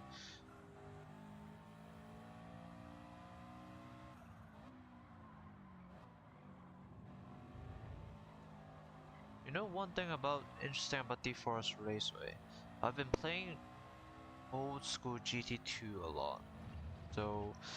So I'm not sure when, but I think it might be about like a few years ago now, but at least I only recently knew about it, is that emulators are allowed on iOS phones, so Apple phones. They're finally emulators are finally allowed on iPhones, and that means you can play old school old school PlayStation 1 games, which for the PlayStation 1 era, that is Gran Turismo 1 and 2. So yeah, been playing that for a little bit here and there, and yeah. And obviously they have the OG version of Deforest Raceway as well. So, for example, for this corner, it's not a hairpin. It's just a sort of medium speed left-hander. And obviously they smoothed out this section a lot as well, because in the OG section, it's actually again another medium speed left into the starting line straight instead of this one where it's just sweeping left. That Porsche is quite far ahead.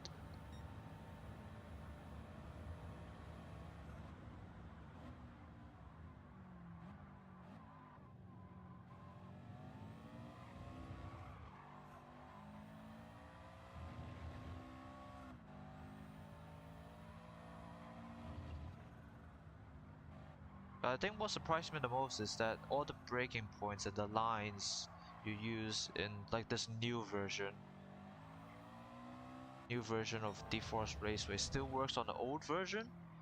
So like the first half and the middle section here didn't really change that much. You can still use the same racing line, same braking points to get through it for the most part. It's really only the last couple corners that was changed.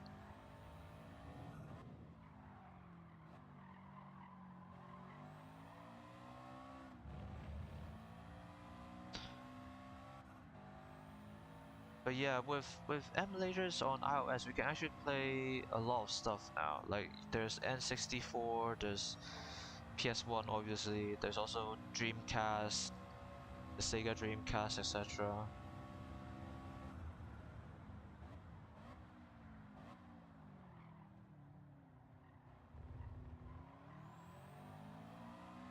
The emulator itself, so like the PC version of the emulator does support PS2 games, but I don't think it's quite allowed on iPhones just yet. It might be allowed on like Android phones or like Google phones, etc., but just not on iPhones.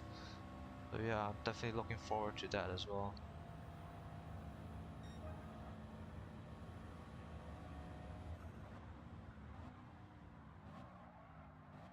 Oh no, I went wide.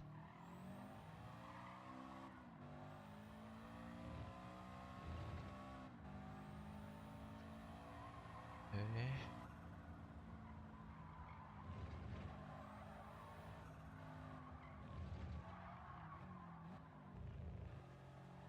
But obviously with PlayStation 1, there's actually two types of controllers, which I didn't realize.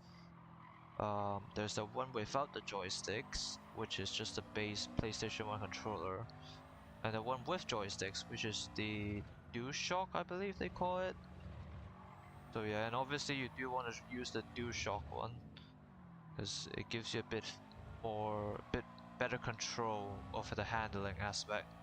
Because otherwise you're stuck with steering using the D-pad, which can be quite hard, can be quite tough. That's what I would say.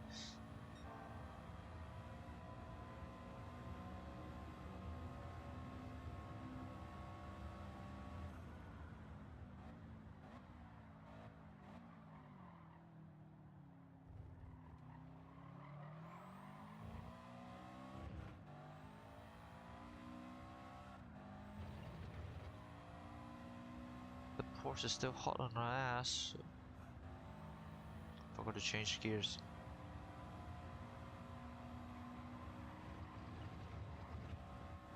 Sorry.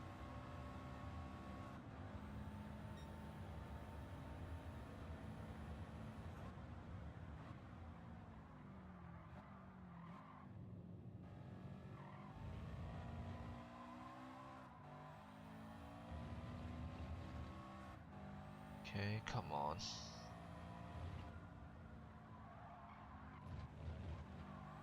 More laps. And it's starting to get dark.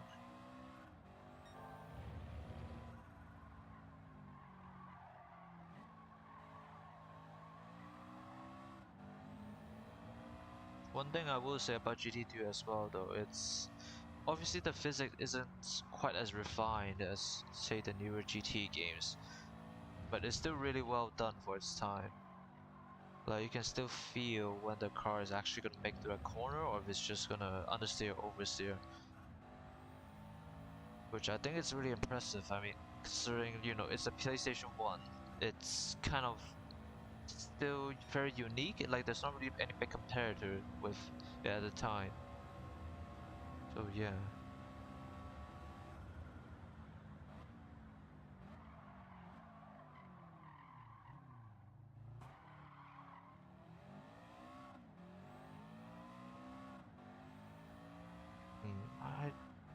That was a bit weird just now.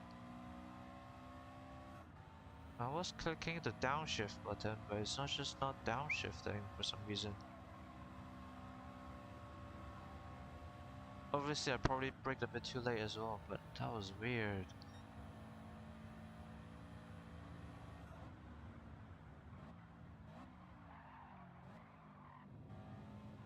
Is it because I'm over-revving the engine? So it's stuck on empty throttle instead. That was weird.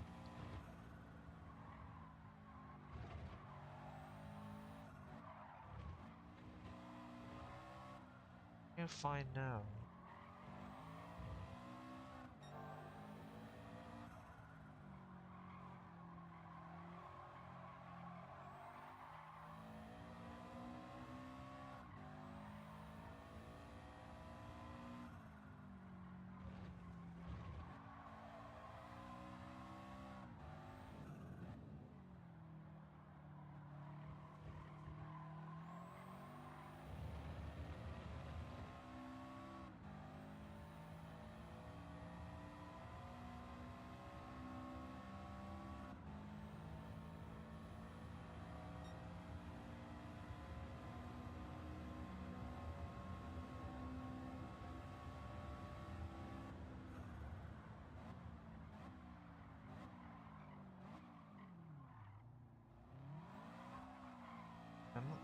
That was very weird.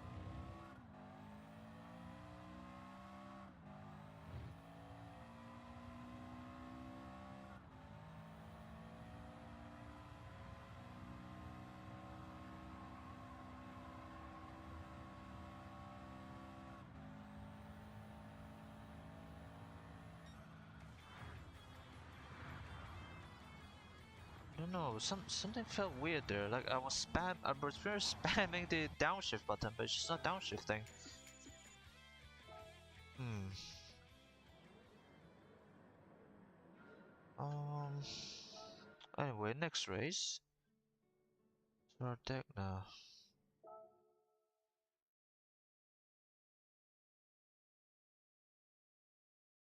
Yeah, fair enough. There's if there's that many race events. Plus, there's also all the other ones. You can't really test all of them, to be honest. You just kind of have to wing them through. You're by yourself. You're not like a big company like the devs. So, um, layout B. Yeah, so yeah, fair enough. Some of them is a bit weird in terms of race length or something of the setup. I think that's perfectly understandable. Yeah, don't worry too much about it. Uh, late morning. And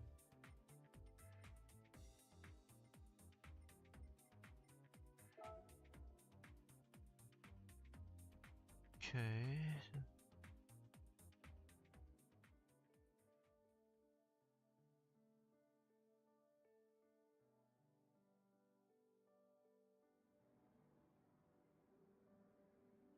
Need to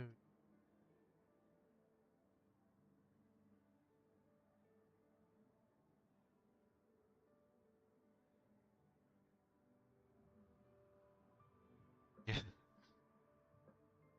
Well, you probably just need like 1 or 2 laps just to guess like what the general 1 lap pace of the cars are, and then sort of scale that up depending on how long and long the race will go on. Yeah, but I will say though, for GT2, some of the license tests are just absolutely insane. The gold medal requirements, it's quite ridiculous actually. Some of them, so yeah. Some of them are easier, but a lot of them are actually pretty hard.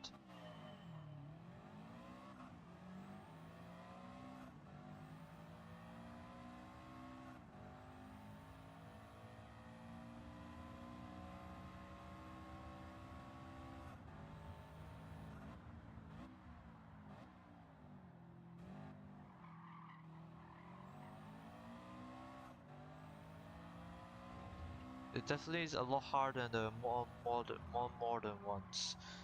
So like with GT7, once I got the groove down, usually I can get the gold with like maybe like half a second around to spare from the gold medal time. Like at least like couple tenths. But with the GT2 gold license, gold medals, sorry, medal gold, blah blah blah.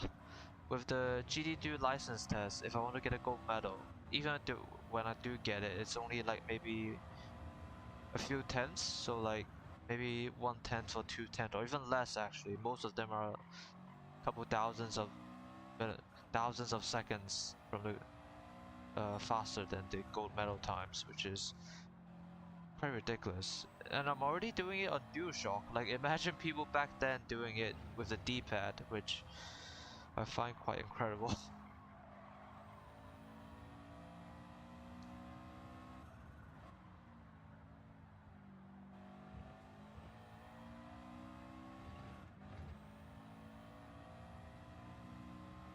This TVR is pretty fast.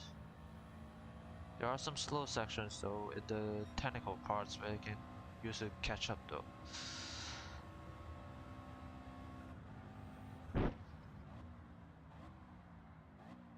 Now it's fine, now the downshifting feels fine. Maybe I really was just over revving the engine or something.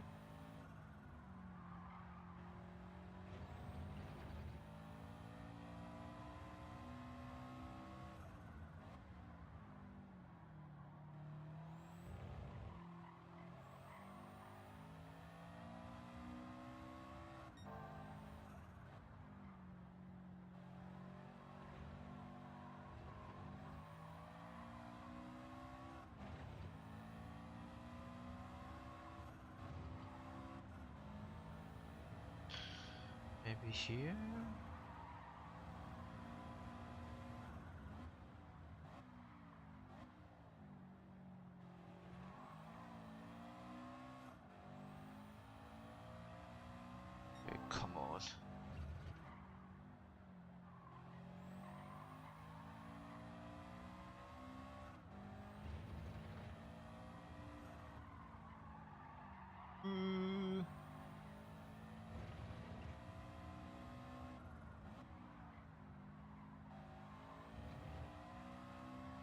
good.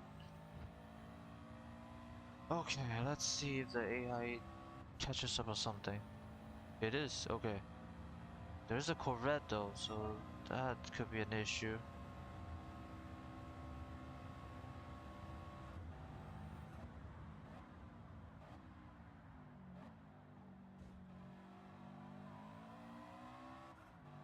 TVR is blocking the Corvette quite heavily though, so that might... We'll probably use that to our advantage.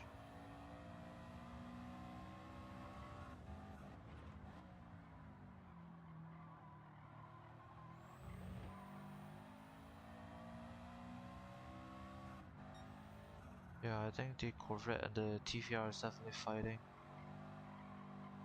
I think I saw them swap positions for a teeny bit just now.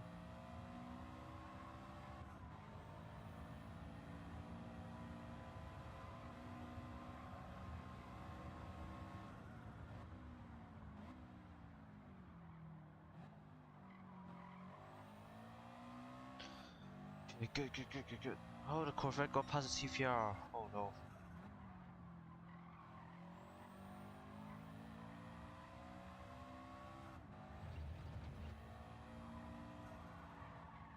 Oh no. We're okay.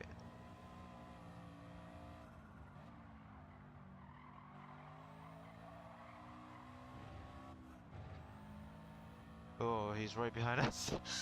Oh boy. Oh brother.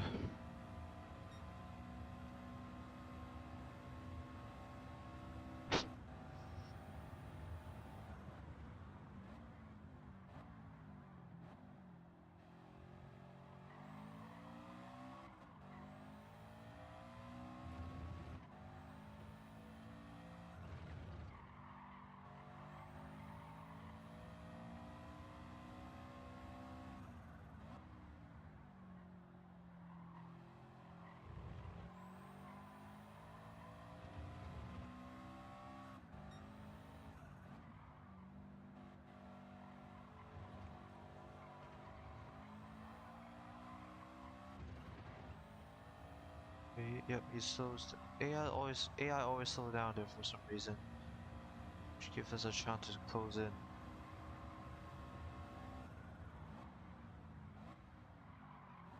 Oh no!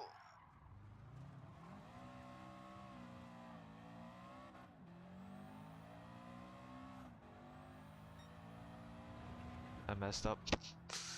Ah well.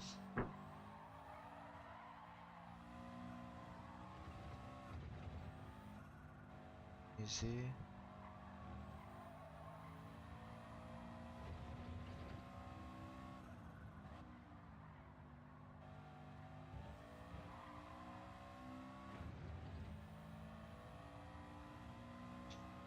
Okay, let's see if we can catch up or something. It's quite a big gap though.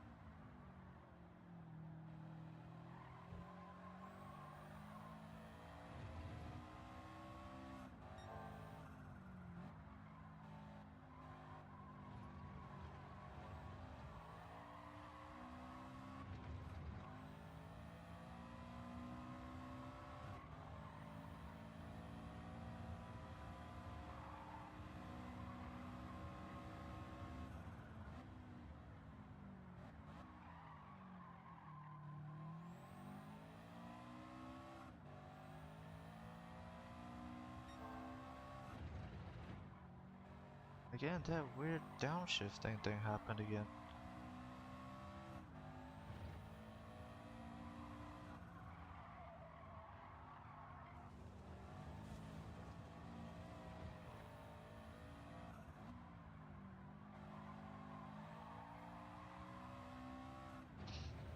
Oh boy, 2 more laps. Come on, Subaru.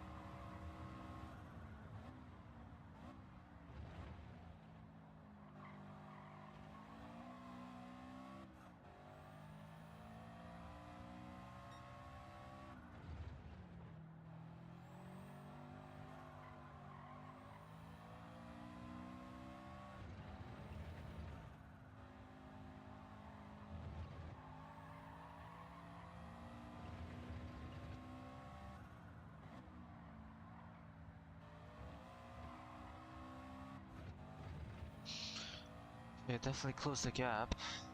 It might not be enough.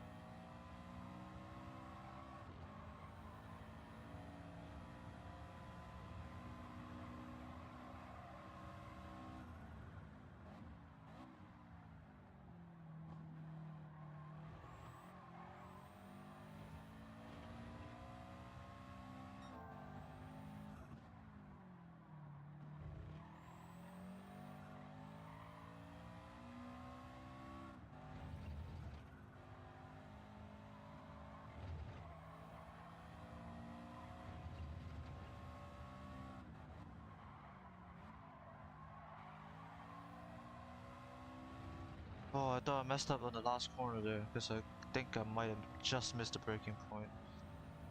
But somehow salvaged that. Oh! Yikes.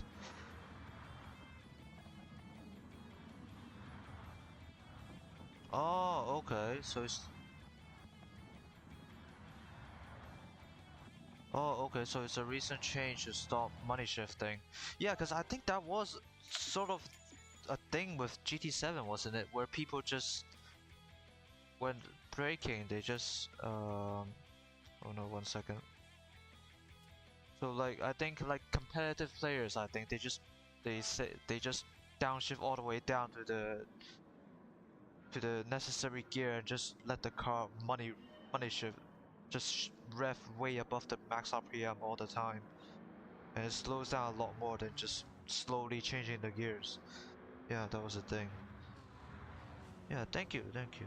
Yeah. Okay, if that's how they fix it, then fair enough. Yeah. Um.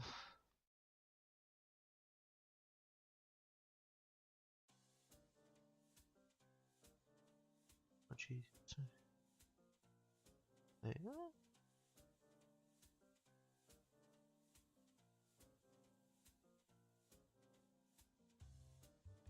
Because I think with the GT2 physics, quite a few of it is that you have to somehow learn to do like power sliding in the game to a certain degree.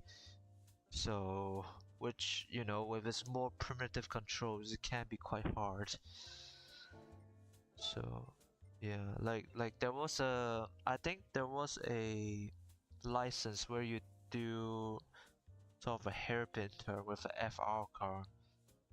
I think it's like the Lexus IS 200, like the old school IS 200, and that one is really tough because you essentially, if you look at the demo for that, essentially the car just power slides to the corner, but it's a hairpin.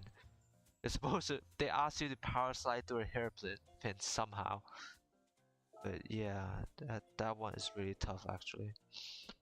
Plus on emulators, at least on iPhone, there is a bit of weird dead zone with the controls. So like, even though I tuned the dead zone to like 0, there's still a little bit of dead zone there where you don't get any, where the game won't register any input until you put in around like maybe 20-30% of input, which, you know, for something that requires such a fine adjustment, fine input, it's a bit annoying.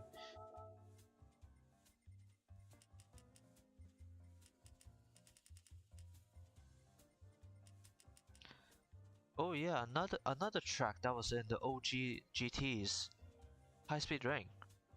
And again, it's practically unchanged. Like all the lines, all the breaking points, you can very much use the same in the older GT games. use them in the older GT games as you would in the newer ones. And the physics will hold up. Like you can't just blast through the corner, blast through like the banked corners on the high line, so that you don't need to brake as much. And the game will register that. It will make it work for you. So yeah, that's a pretty big surprise for me, I would say. But it's sort of a testament to how solid they make the physics of even the older games. And it's only because of how well they made the physics for the older games were that they were able to build on that for the newer games. Yeah.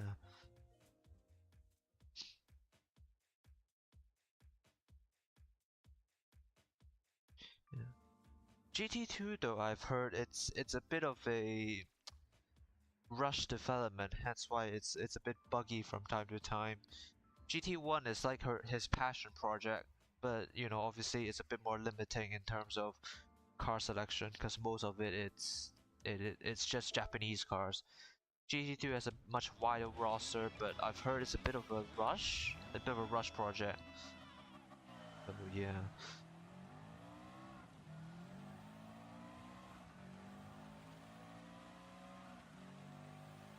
Oh yeah, Trial Mountain as well. Yeah, they changed that for GT Sport and GT7, didn't they? Yeah.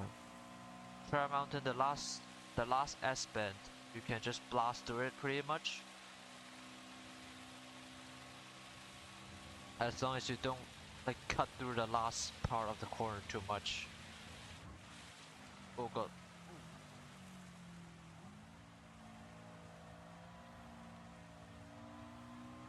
We are in the we are officially in heavy rain, I feel. Yes, we are.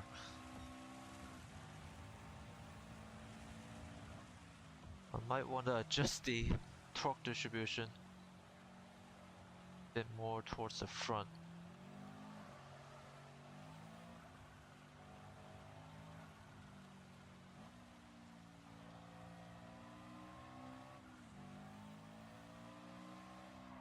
Just to give me a bit more traction out of the corners.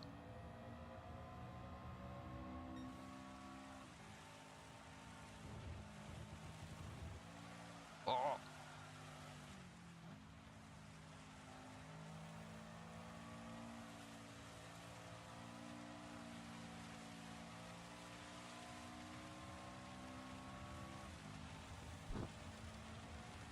Okay, we got a good gap going here.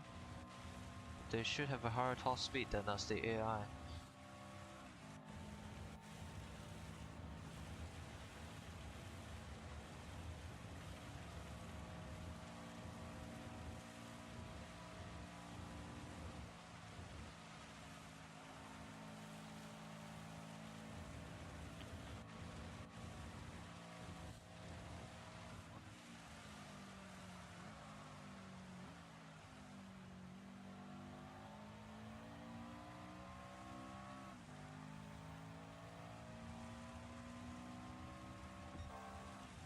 Okay, the rain is coming to an end though, so just good.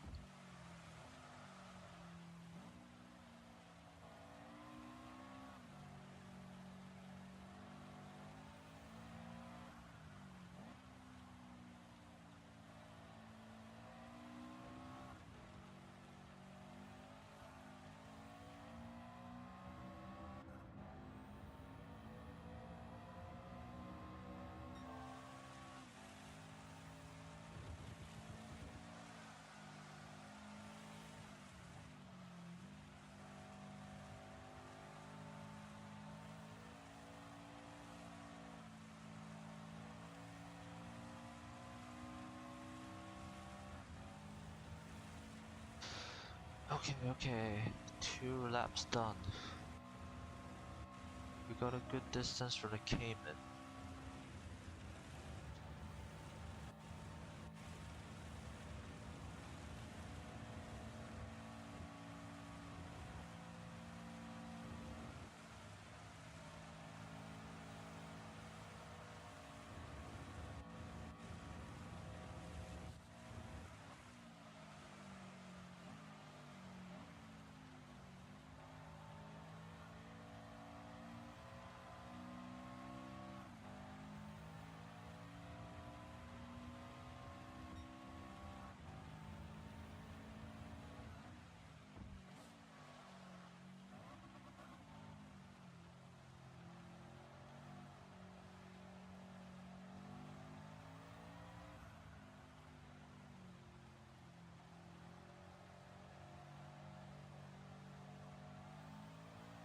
rain should end soon though, so the track should start drying up. For now, it's pretty much still a downpour. Okay. I should probably avoid the curb, to be honest, for that corner.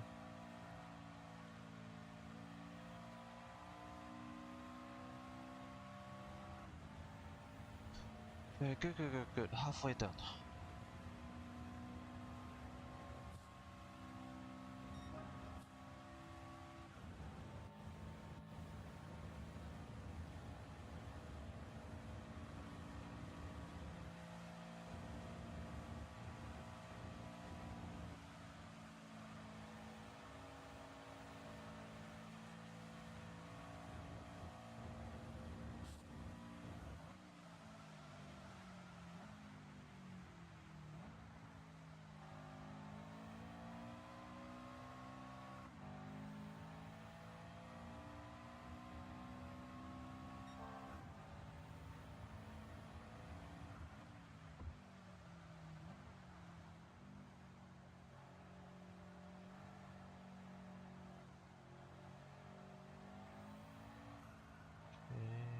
Hairpin.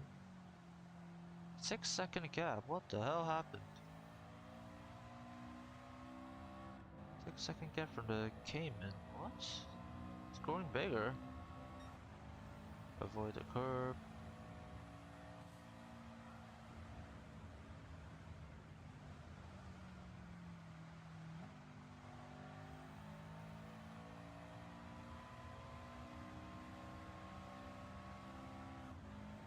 Okay, the track's a bit dry now. Thank God.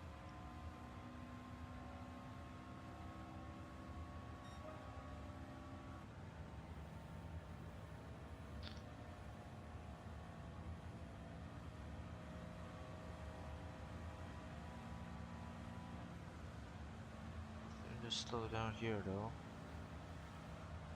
The traction isn't all there just yet.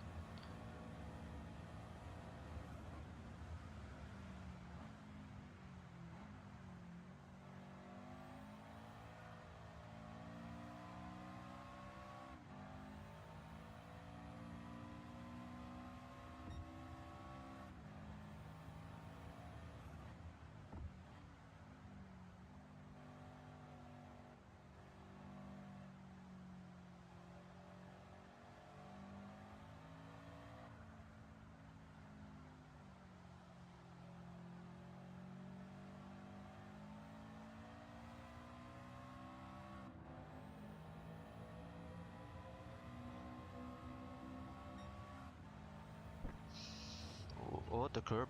Watch the curb.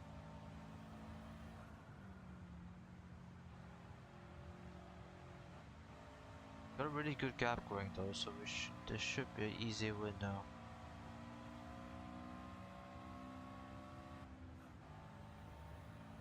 There is also a bit of a dry line, I think. Yeah, I think so. If I move to like a different part of the track, it's quite a bit wetter.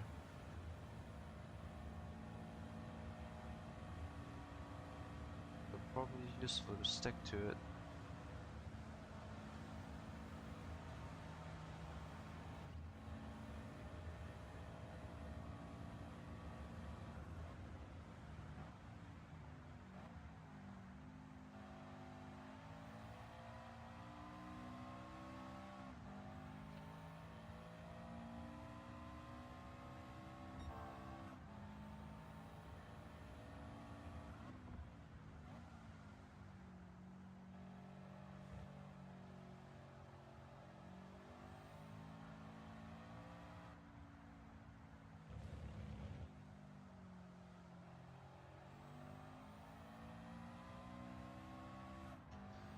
Okay, nice. Easy win here, I think.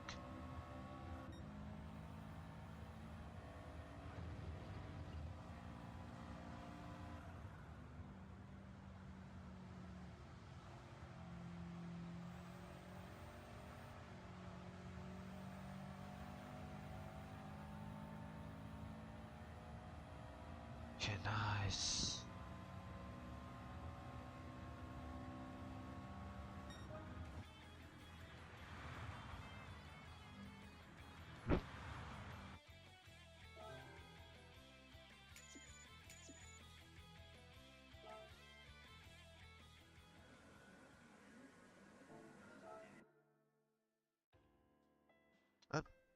I think another thing mentioned with the power pack is that it's actually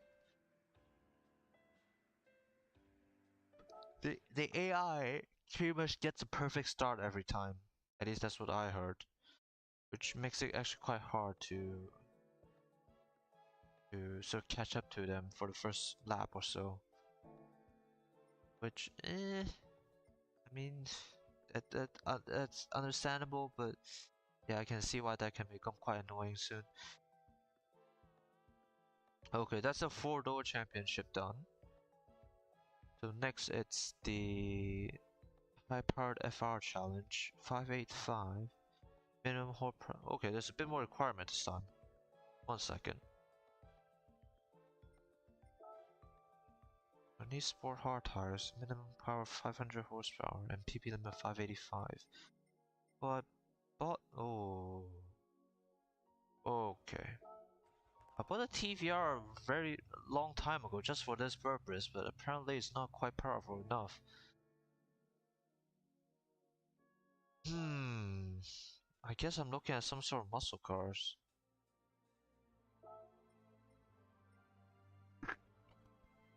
$500 horsepower.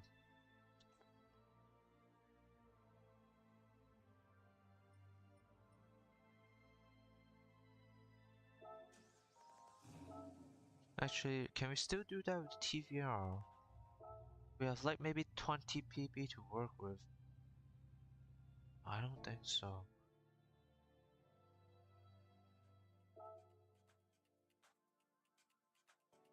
585. We're using sport hard, so that's set.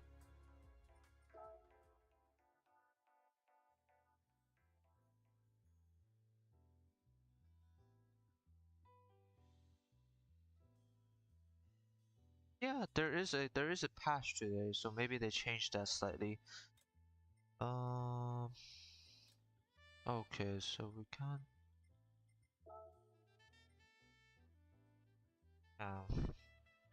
We might be looking at some sort of muscle car. 500 horsepower. That's quite a bit.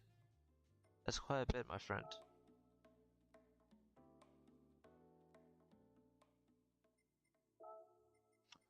And we definitely might be looking for some older cars. 500 horsepower and a PP of 585. Yeah, yeah, to be fair, there might be some performance point changes ever since then. We're probably looking for something old that has a lot of horsepower. Probably on the heavier side as well.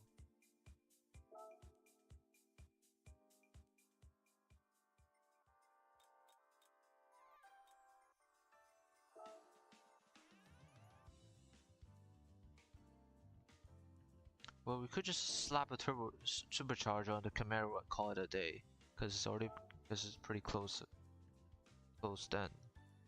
No, it's already over, yeah. So we can't just slap a turbocharger on this bad boy and be done with it. Uh, sure. It's still relatively modern car, so 500 horsepower. We're looking for FR car as well, because that's all the requirement for it. We do have the Corvette as well.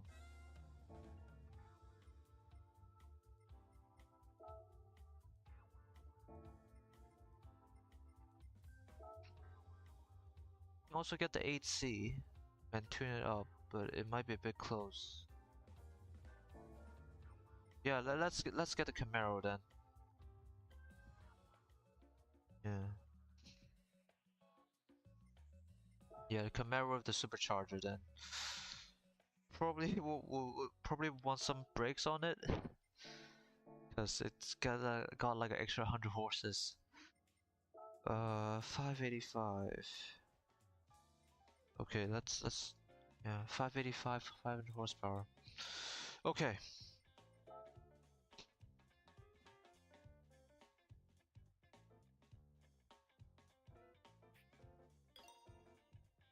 That's a horsepower limit done.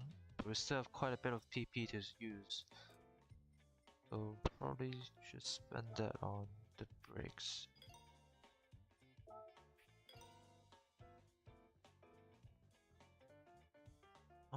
We probably don't need the...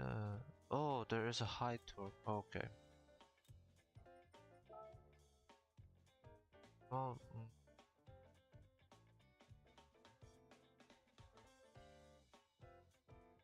yeah, this is probably actually more suitable because we do want to keep the...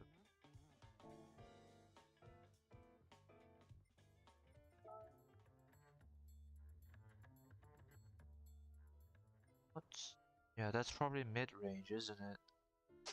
Damn, I got the wrong supercharger.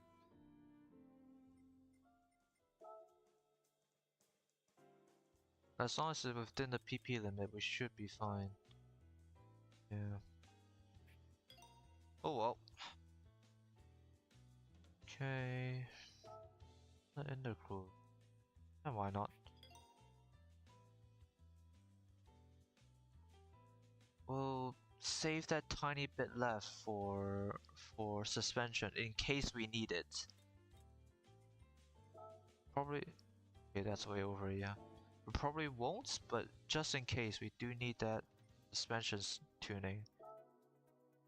Let's use that the remaining PP for that. So we have high end.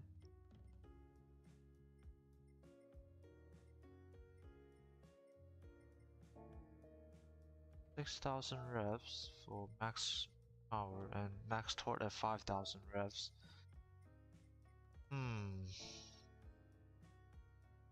Let's reach max torque a little bit lower. Let's see.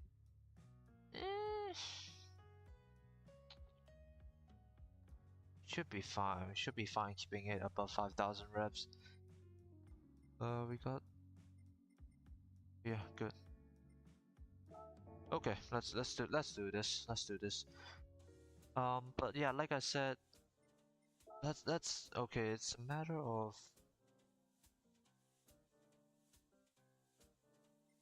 Okay, let's do Gilvilner first. I'll use the same settings, just I'll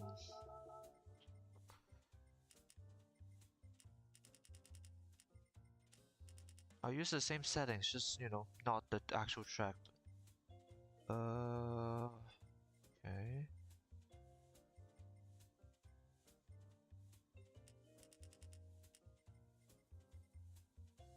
So it's S10.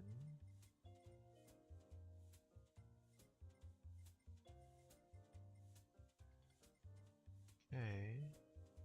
Yep, okay, good. Let's get this started.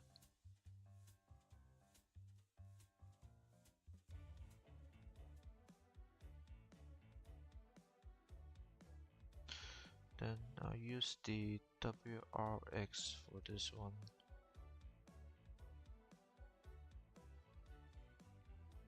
A1. Okay, let's see how this goes.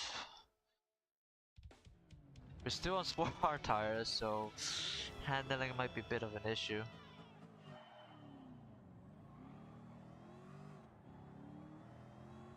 But we do have very good brakes, so which is good news. Okay, why is everyone so slow here?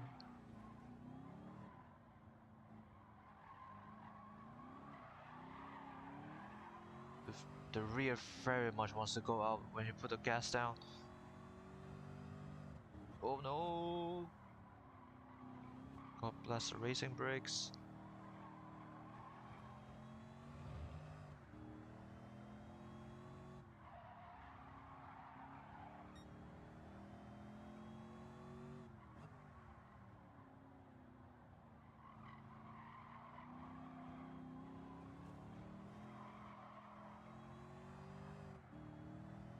Okay, the suspension is doing fine.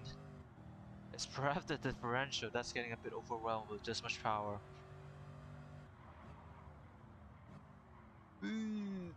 Sorry.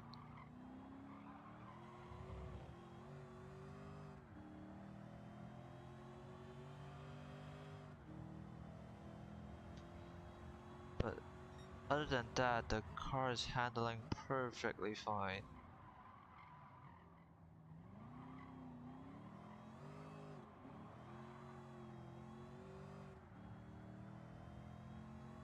The AI is pulling away though.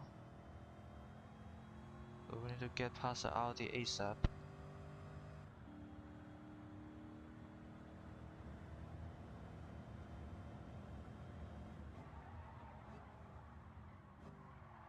We're a bit late.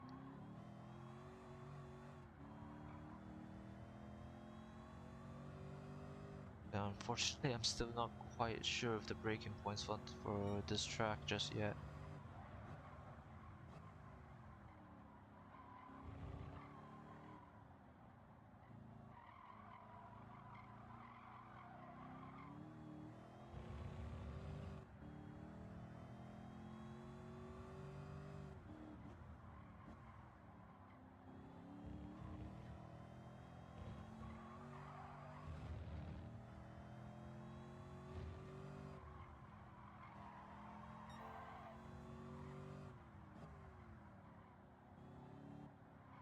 Yeah, Gilsville Nerve has a lot of slow corners actually,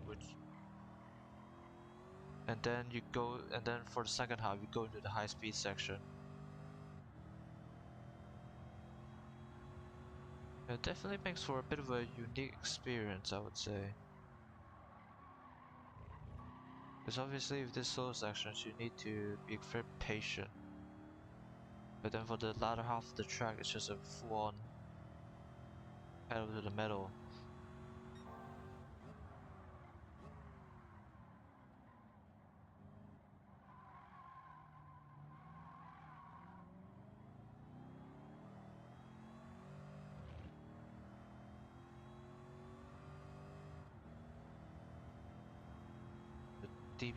I think the Aston and the Mercedes has more horsepower than me.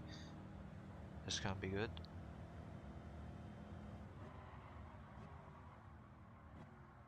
Bit too early.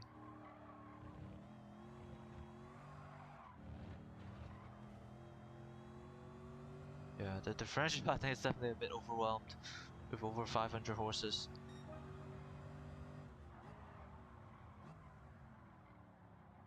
So we might get that upgraded next.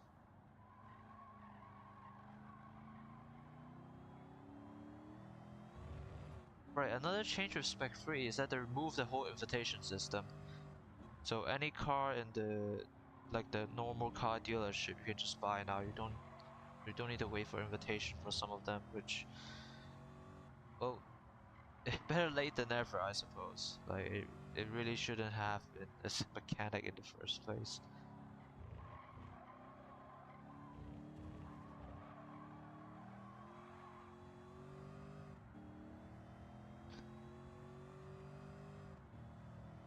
But yeah, I still think Spec 3 overall it's a... Oh no. Okay, run off. Sorry.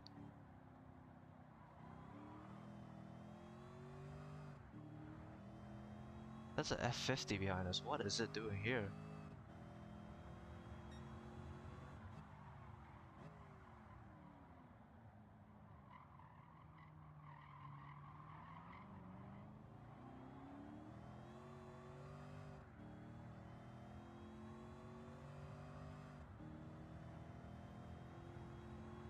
Yes, definitely need to nail the braking points for this one.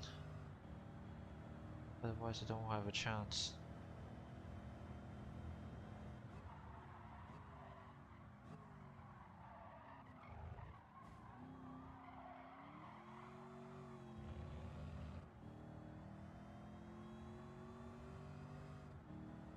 Just the GT in front of us now.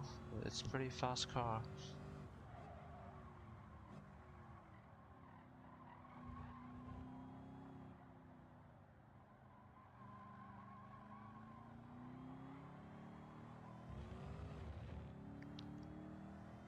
Okay, come.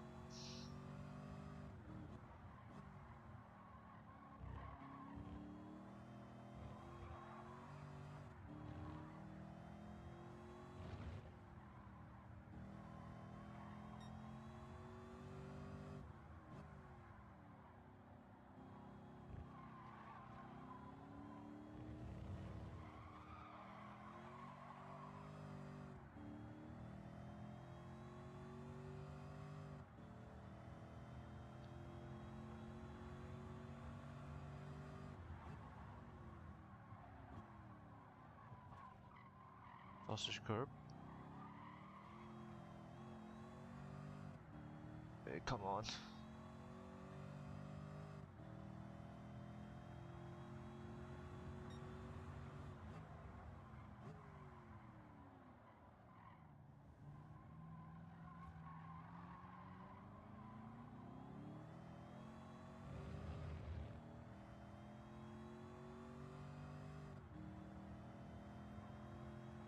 Hey, come on.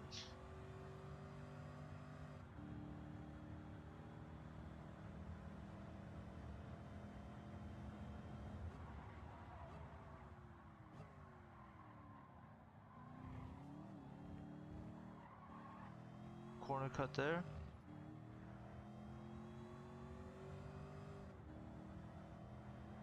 That 50 is fast. Okay. Oh, what we got there? That was close. That was very close. So this race is originally meant for Dragon Trail, but I just changed it to Gilfield Nerf. Okay, nice. Okay.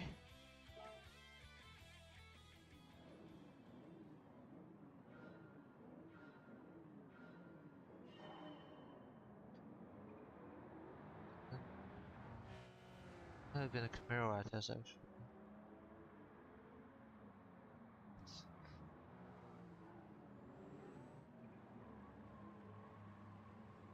CT.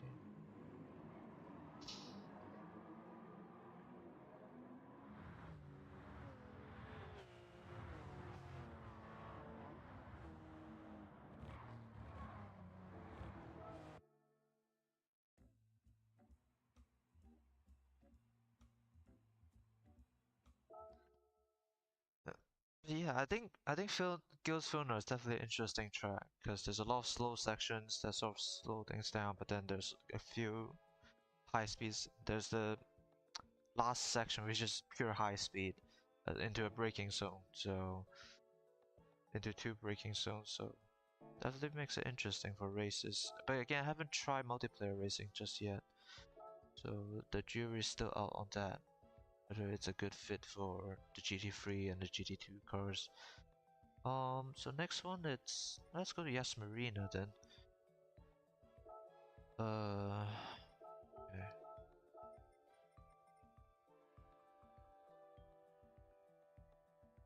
I'll give okay, 1 second. Let's set this up first. The original race is at St. Croix with 2 laps, but that might be a bit short for Yas Marina. Let's stick with 4 laps. Stick with 4 laps. Um, let's do it at nighttime, I suppose. Nighttime, and then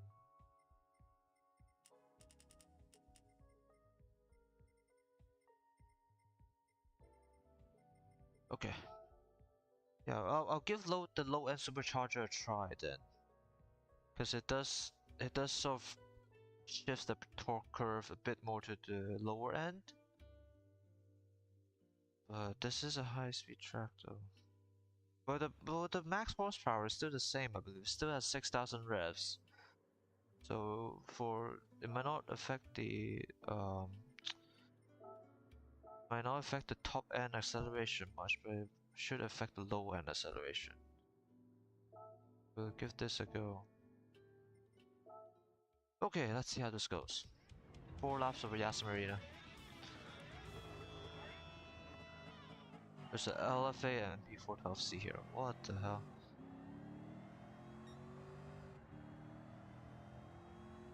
Okay, 1 second. I didn't change the number of cars. There's like 20 cars here. One moment.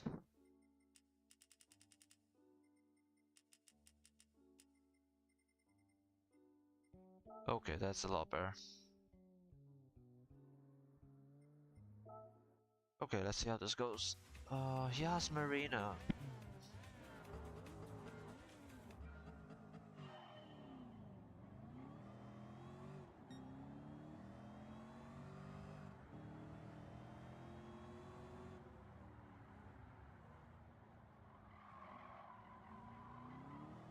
Now that you mention it, does GT7 not have like the V10 version of the R8? I'll take a look a bit later, but I thought they do have them.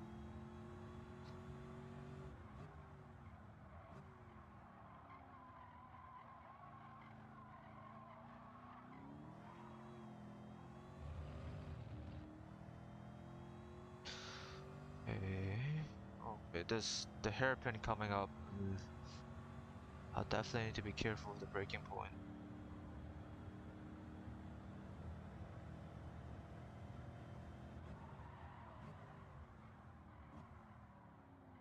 Okay, so oh, why is the Civic so slow?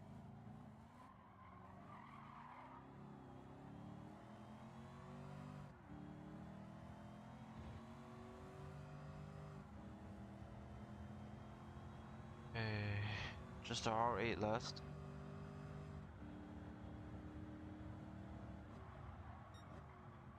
This is a tricky corner. This is a pretty tricky corner in Yas Marina.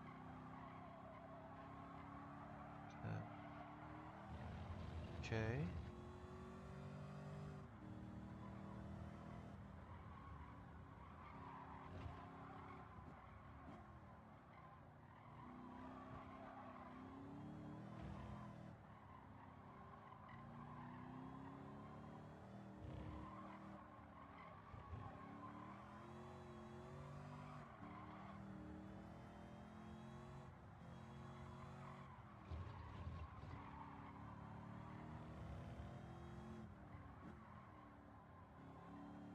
Yas Marina does have a few tricky corners here and there where it's sort of a sweeping corner, but you need to slow down as well. So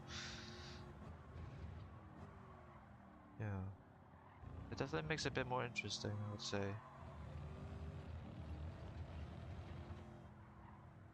It's it's sort of like Barcelona in the sense that it's sort of a medium speed track. A lot of sweeping corners that really test the mechanical grip limits of your car. Now it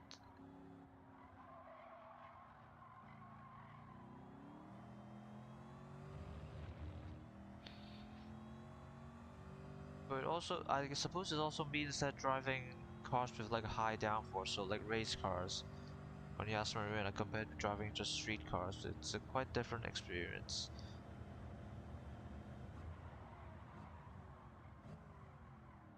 Because with high downforce, it does mean quite a few of the corners. It's way easier to go through.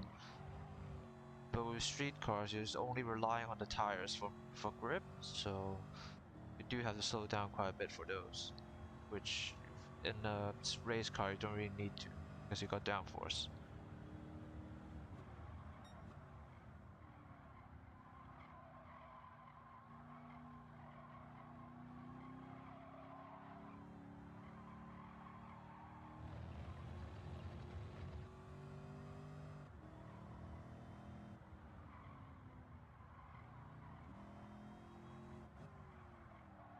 What, to brake too late?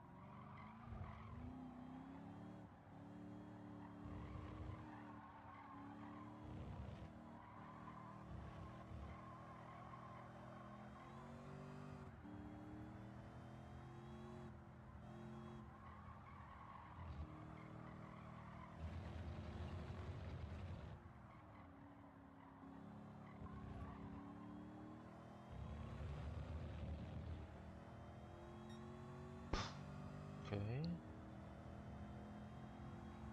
And the AI seems to be performing well on both of the new tracks, so like both Gilfilnerve and Yas Marina.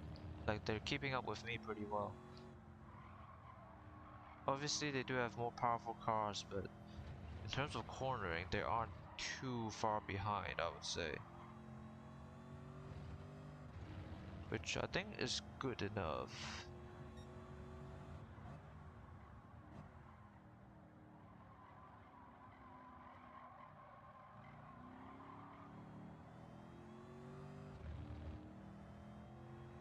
It's it's fighting. It's a big fight behind me though.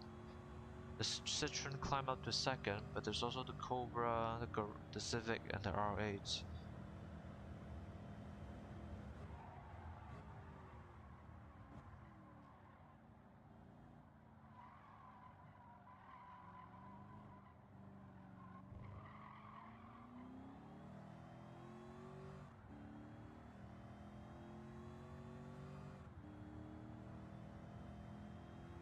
The GT is fast.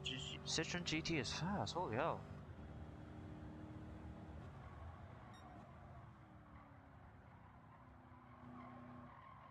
That's not the road-going version of the race car either. It's just a concept car.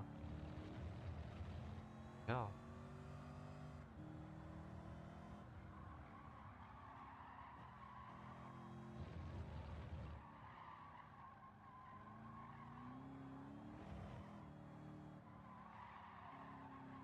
Careful here.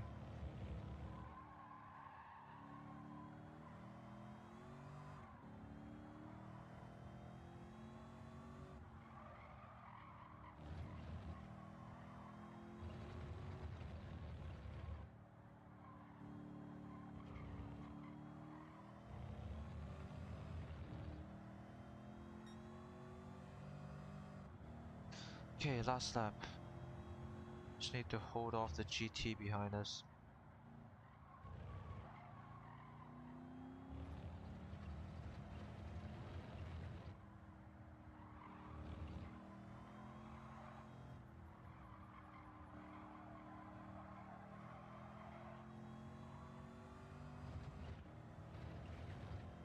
Okay, good, good.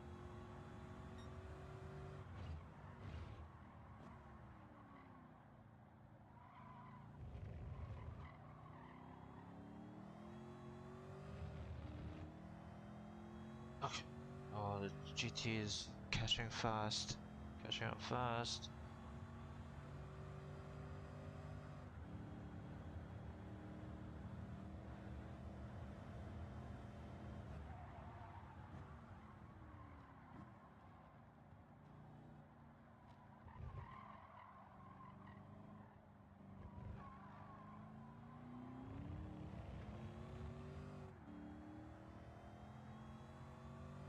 Come on.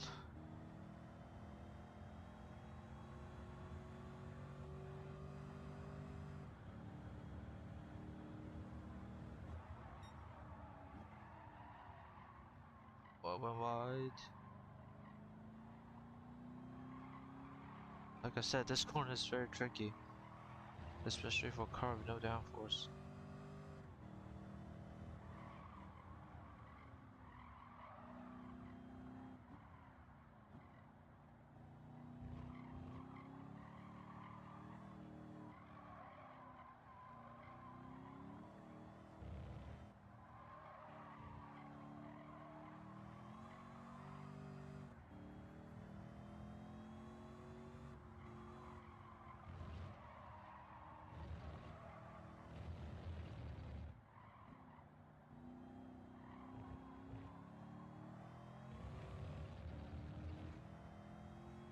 Oh, that was nerve-wracking.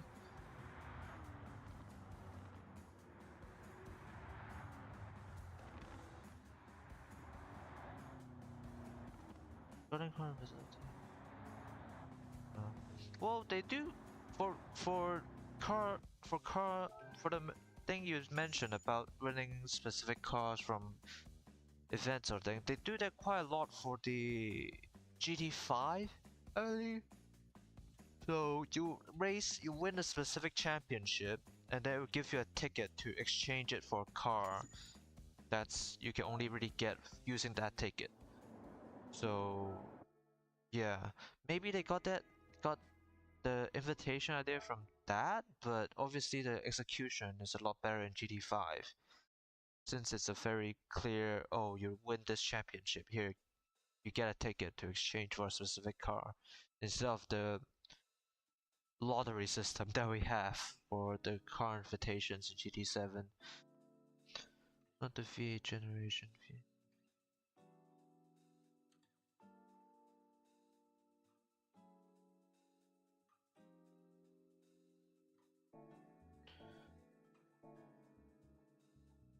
Oh, performance. Okay, feet. Oh, the R8.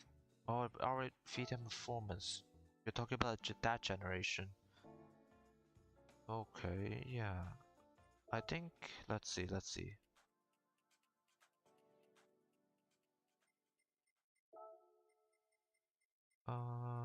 Audi. Where is Audi?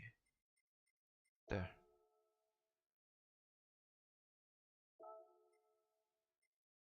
So that's a V8, I believe.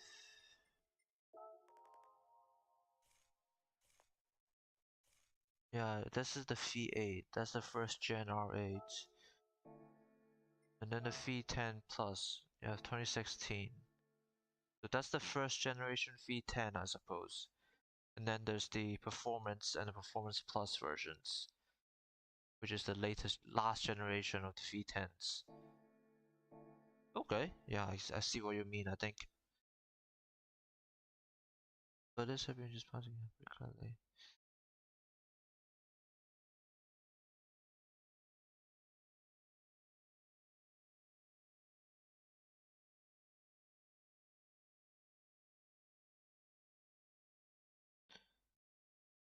Okay, yeah. Yeah. To be fair, V10, I think it's just a dying breed by itself because of the emissions. Yeah, I think emission regulations in general is just sort of a death sentence for big capacity engines and engines with a lot of cylinders. Because it's a lot harder to make them fit the emission regulations compared to smaller engines. So yeah, it's a bit unfortunate, but it's just the way things go. By the way, I'm here. I might as well get a differential for this thing, for the Camaro. Feels like it really needs it. Okay. And next one is Sardegna Road. Back to Sardegna now. So that's Europe.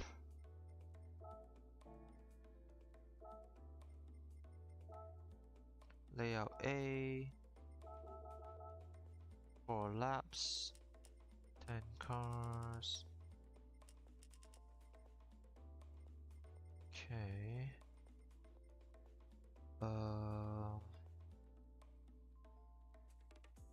Okay, afternoon indeed. 7, 10, 12, 3. That's 15. Good, okay. Maybe sense. Yeah, fair enough. I mean, it's yeah, it's definitely a bit of a shame, I suppose. V10 by itself is such a unique layout, and it's sort of a rare layout as well. I mean, like if you think back, there's the what, the R8s, the Gallardo, but they use the same V10. The Viper they uses a V10. The LFA uses the V10. But other than that, there's not really that many V10 engines anymore. Yeah, and obviously the LFA is a one-off. The Viper died out after the last generation, the latest generation in the late 2010s, and yeah, and even the Gallardo stopped in like the late late 2010s, I believe, and obviously the R8 stopped in the early 2020s. So yeah, there's not really any engine like that anymore.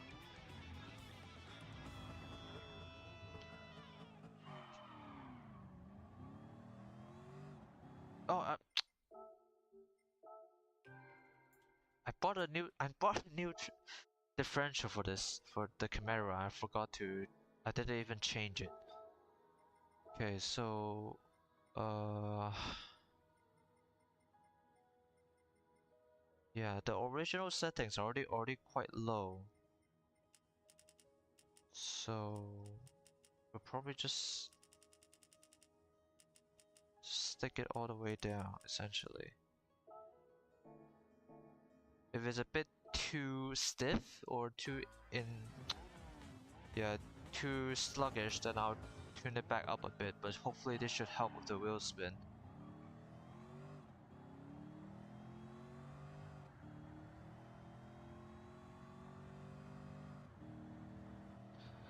Okay. Oh, that's a hard crash. Hello?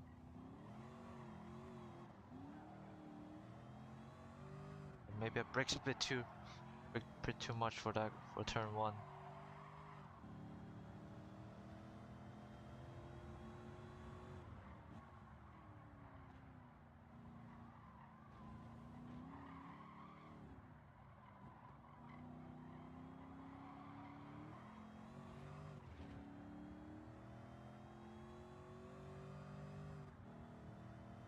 Okay.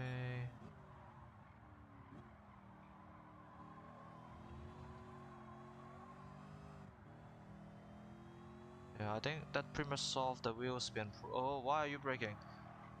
Yeah, I think that differential setting pretty much solved the wheel spin problem here.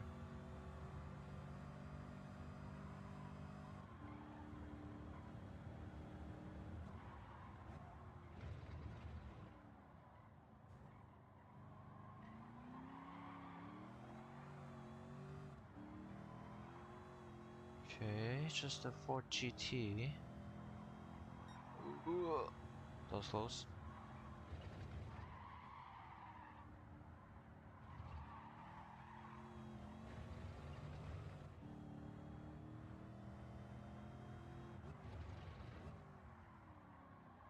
Bit late on the brakes.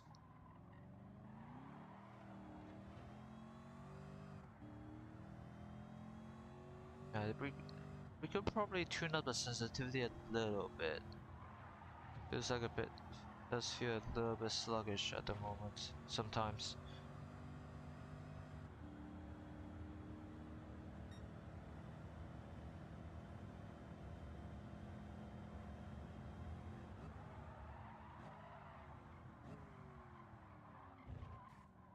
Sorry.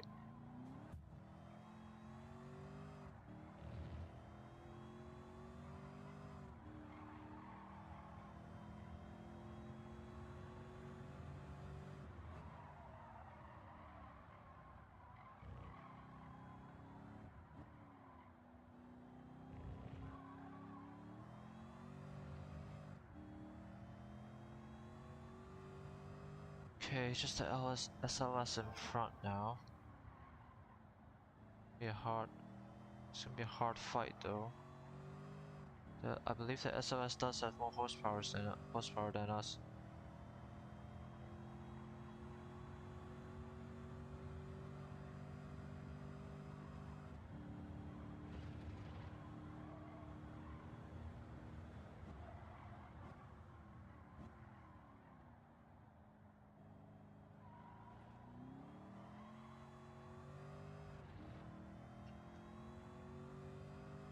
Jesus, 4.2 seconds. It's quite a big gap.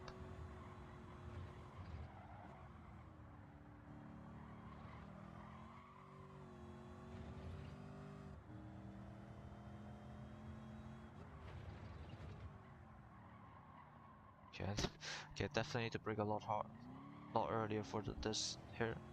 For this sharp turn. Okay, come on.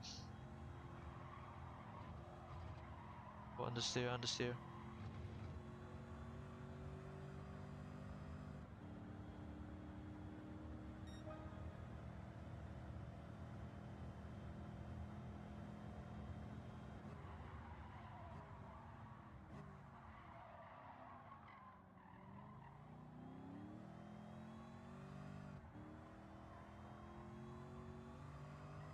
We are reeling him in, so there is hope for first place. But definitely need to avoid making any big mistakes.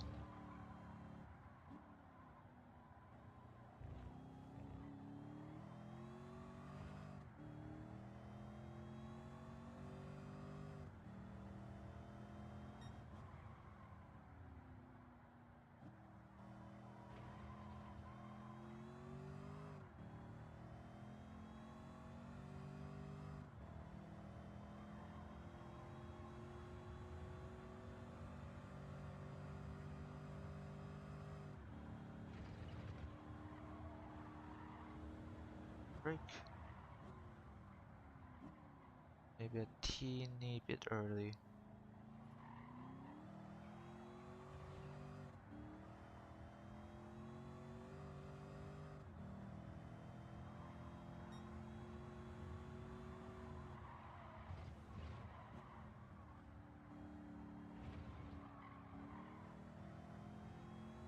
Yeah, the AI is really slow there for some reason. I need to brake a bit earlier compared to the SOS.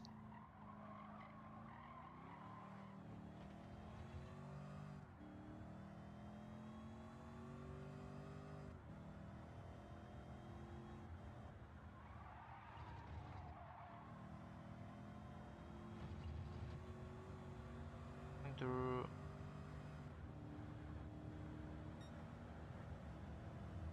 Yeah, the SOS does have a higher end top speed than us.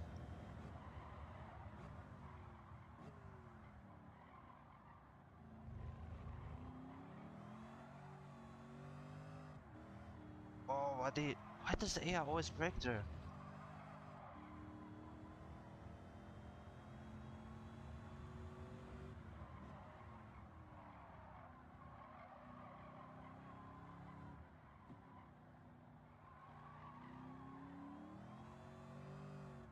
Okay.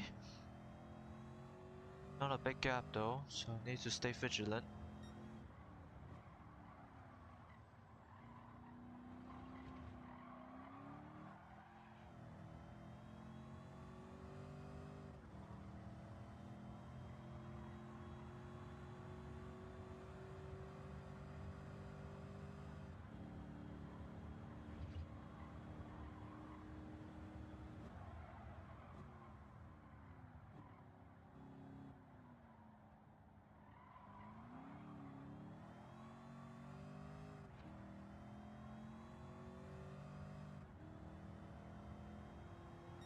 Come on.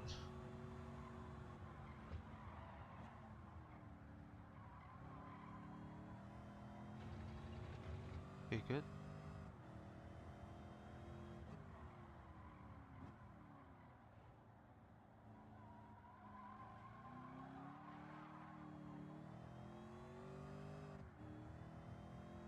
Okay, nice.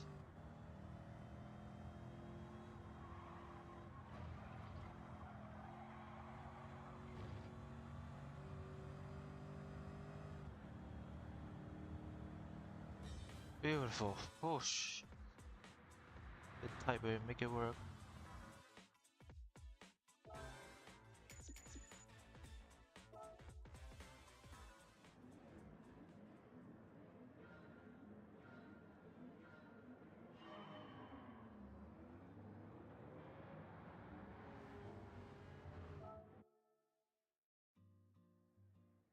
Yeah, I've heard the new F1 car, the F3500B can be quite it's a very, I think people really like it, but just from the sounds of it, like this old school F1 car with like a super powerful V8, V10 or V12, and it just sounds like a handful. So yeah.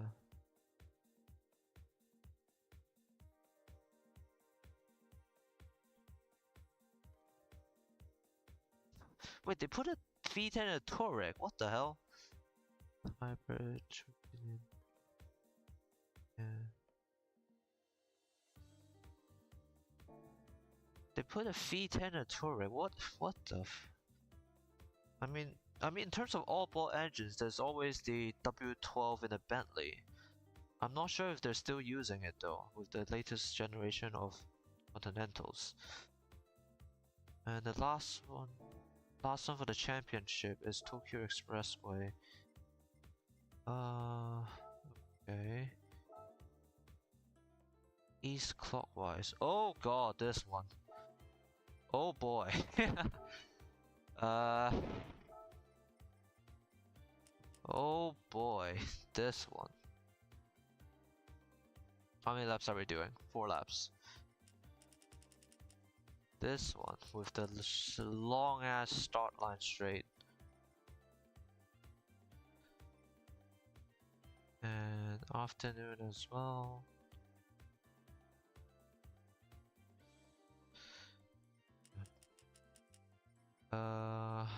So it's just a sunny day, isn't it? Indeed. Oh boy, this one. Yeah, I'm definitely swapping to the. This my OBS is okay. OBS is back.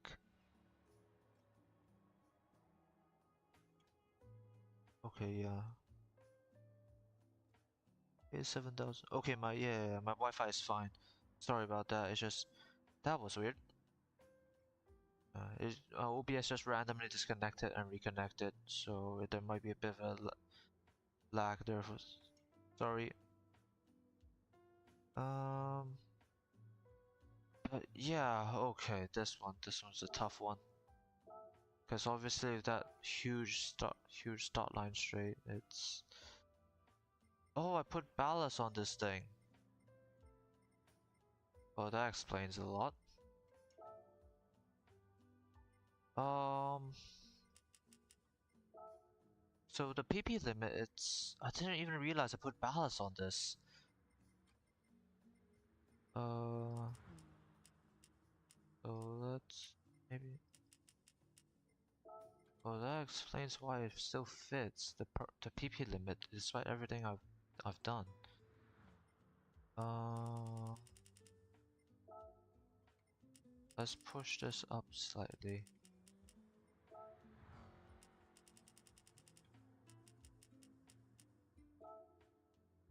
Okay, yeah, this will do. Okay, 550 horsepower. Hopefully this helps.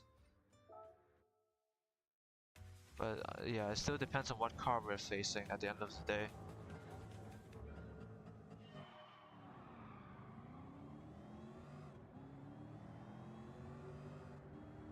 This feels good. This feels nice. Um, okay, we're outrunning the shift. Outrunning the CH Corvette, but those two resto mods up front, those are gonna be an issue. 1 second, let me check. I still live. I am still live. Okay, that's good. Uh, those two resto mods up front, those two guys are gonna be trouble.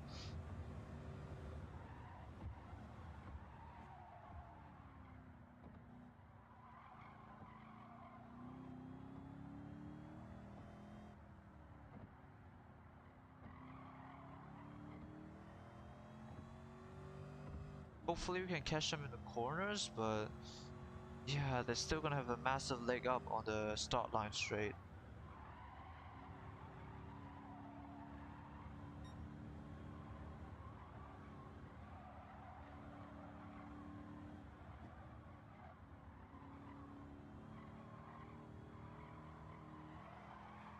To the rear.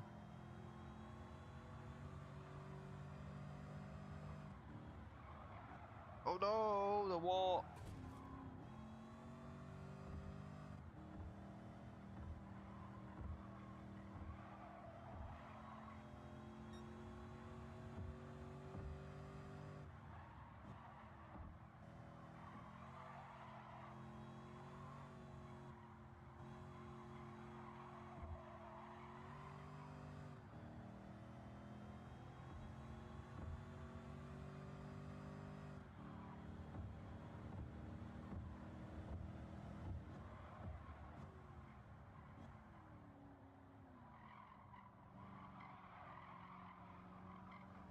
What the hell was that?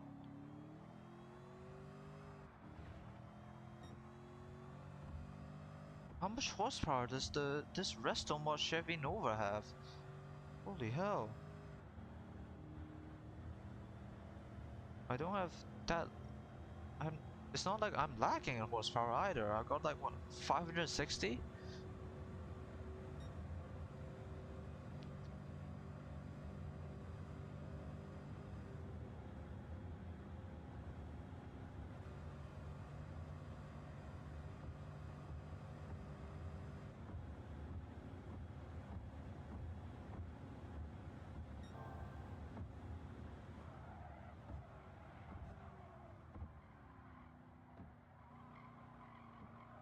I might actually go for a bit of wall grinding for this one, cause yeah, holy hell, they got a huge power advantage over me.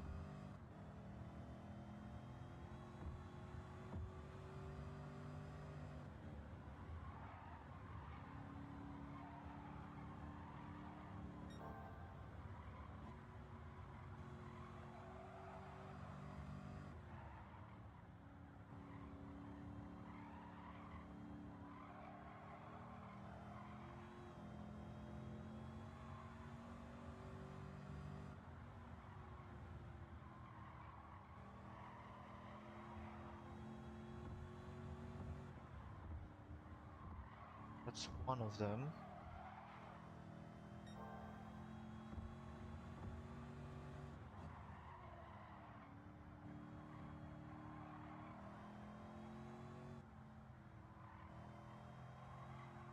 That's both of them. But yeah, they just charge straight through as soon as there's a bigger straight.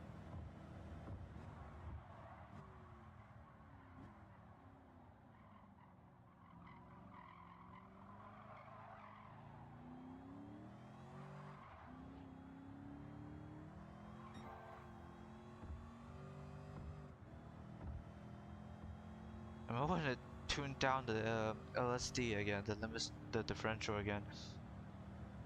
A bit tricky in the low speed corners.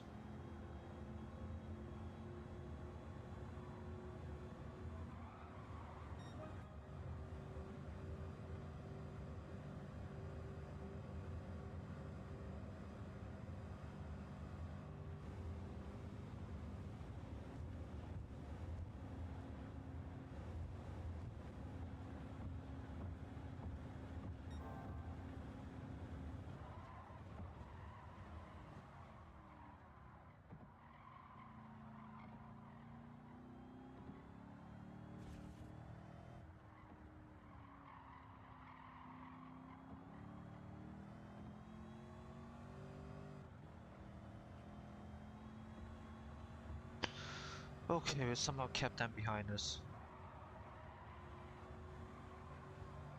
We'll try to build a gap here using the corners.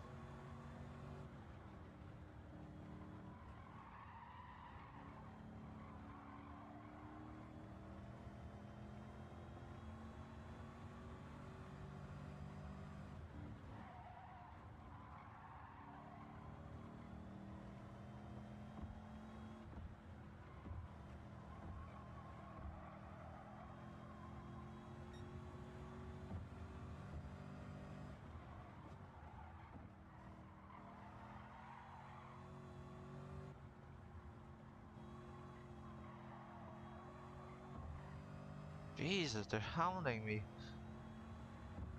Just 1 second, less than 1 second actually, even through that corner complex.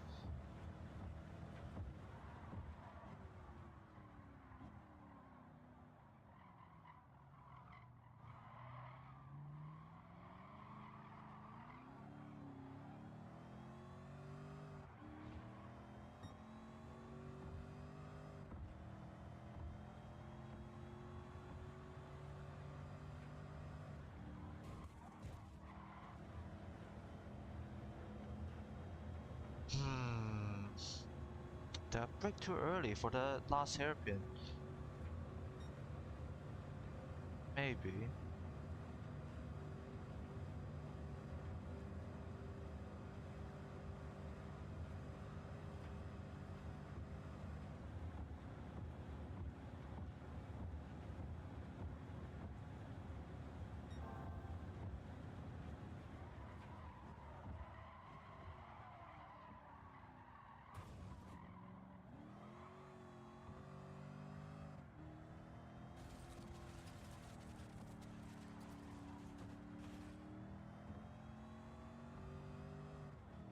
Not sure if that helped or not, but we need every advantage we can get.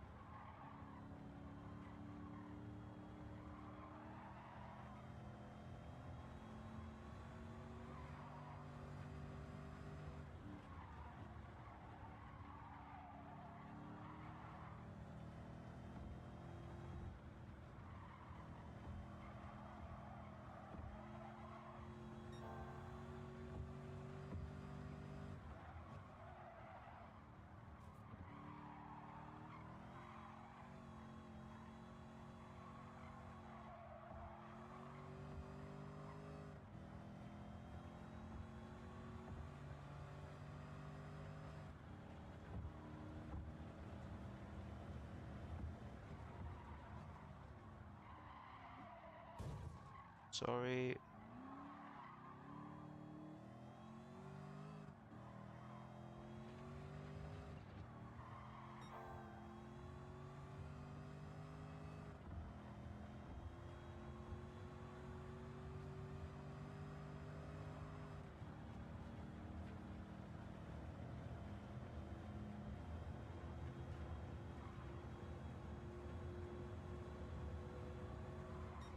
Oh yeah, yeah. Jesus. Way too close, way too close. But yeah. Um oh, that's it for this one.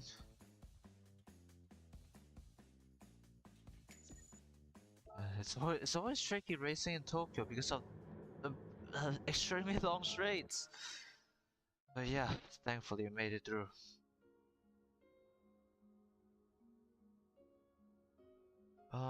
Okay. So we did the Japan. Okay, I think that'll be it for tonight. I'm getting a bit tired, unfortunately.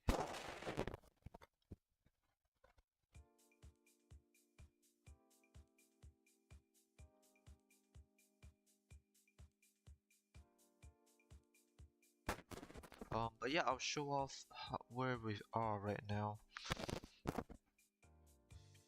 So we did the Japanese championship, the four-door championship, and the high-powered FR championship. Next is 80s sports car, 80s European sports car. After that is rallying, FF cars, so we'll probably bring out the RC set for that. And mirror image, which is how to use the FF or FR car. 80 sports car championship, that's... What's the PP limit? 520. Um, 1 second. My controller is low on power, but that's fine. We'll be ending the stream soon. 520. I'm just thinking what to get. Well, we could get the 911 turbo. This is quite close, so I'm not sure what tire is using, because we are supposed to use sport hard tires for that for this championship.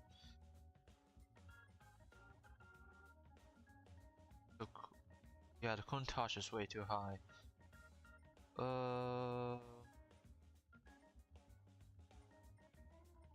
Yeah, I suppose the 911 could work, but again, it depends on what the PP limit, what the PP is after I swap out to sport hard tires.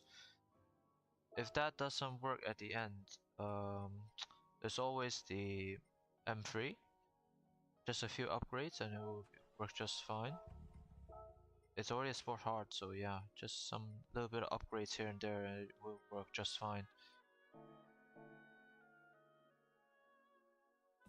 Actually, I do have it's 9 9 a 911 turbo 930 generation as well. 1 second. Sorry. Uh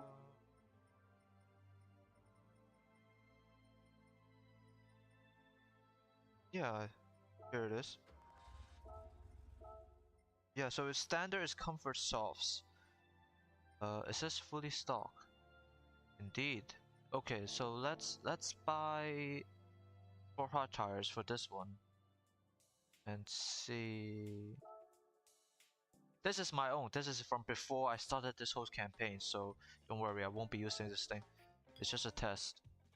Okay, it's over. So yeah, we're probably using the M3 then. Yeah, it's a little bit. It's not a lot over. It's just a little bit, but still, it is over. So the PP limit is 520, and with sport hard tires, it goes up to 523. So yeah, we'll be using the M3 then. Um, and let's second. So the M3. What's the PP after I put on say second stage weight reduction? Oh, okay, so it's plenty to go actually. So, okay. So let's do that. Stage 3.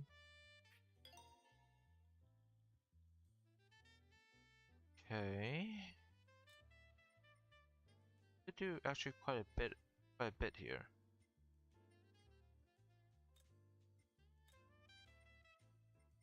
Adding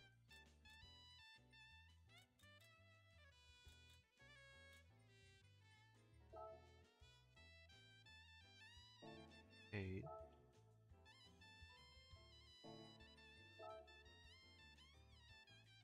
Oh, that's over actually. 522. That's over. Hit the polished part. Racing crankshaft maybe? Yeah, this could work.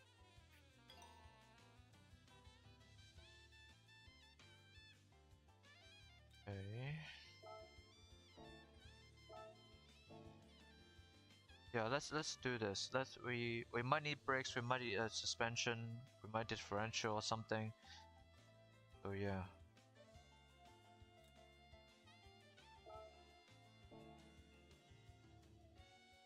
Okay, yeah, we'll use the M3 then. So that's set for the next championship. As for when the next stream will be, um,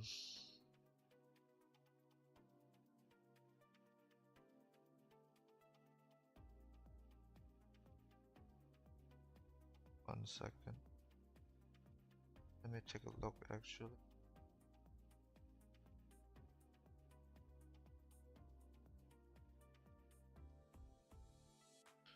So today is 11th. Next stream will probably be. Let's set it to the Wednesday, 17th. Yeah. Next Wednesday, then I'll see you guys then. But yeah, hope you guys enjoy the stream. Um, it's glad to see the creator of the fan campaign here again. So, but yeah, I'll see you guys next Wednesday. Bye bye.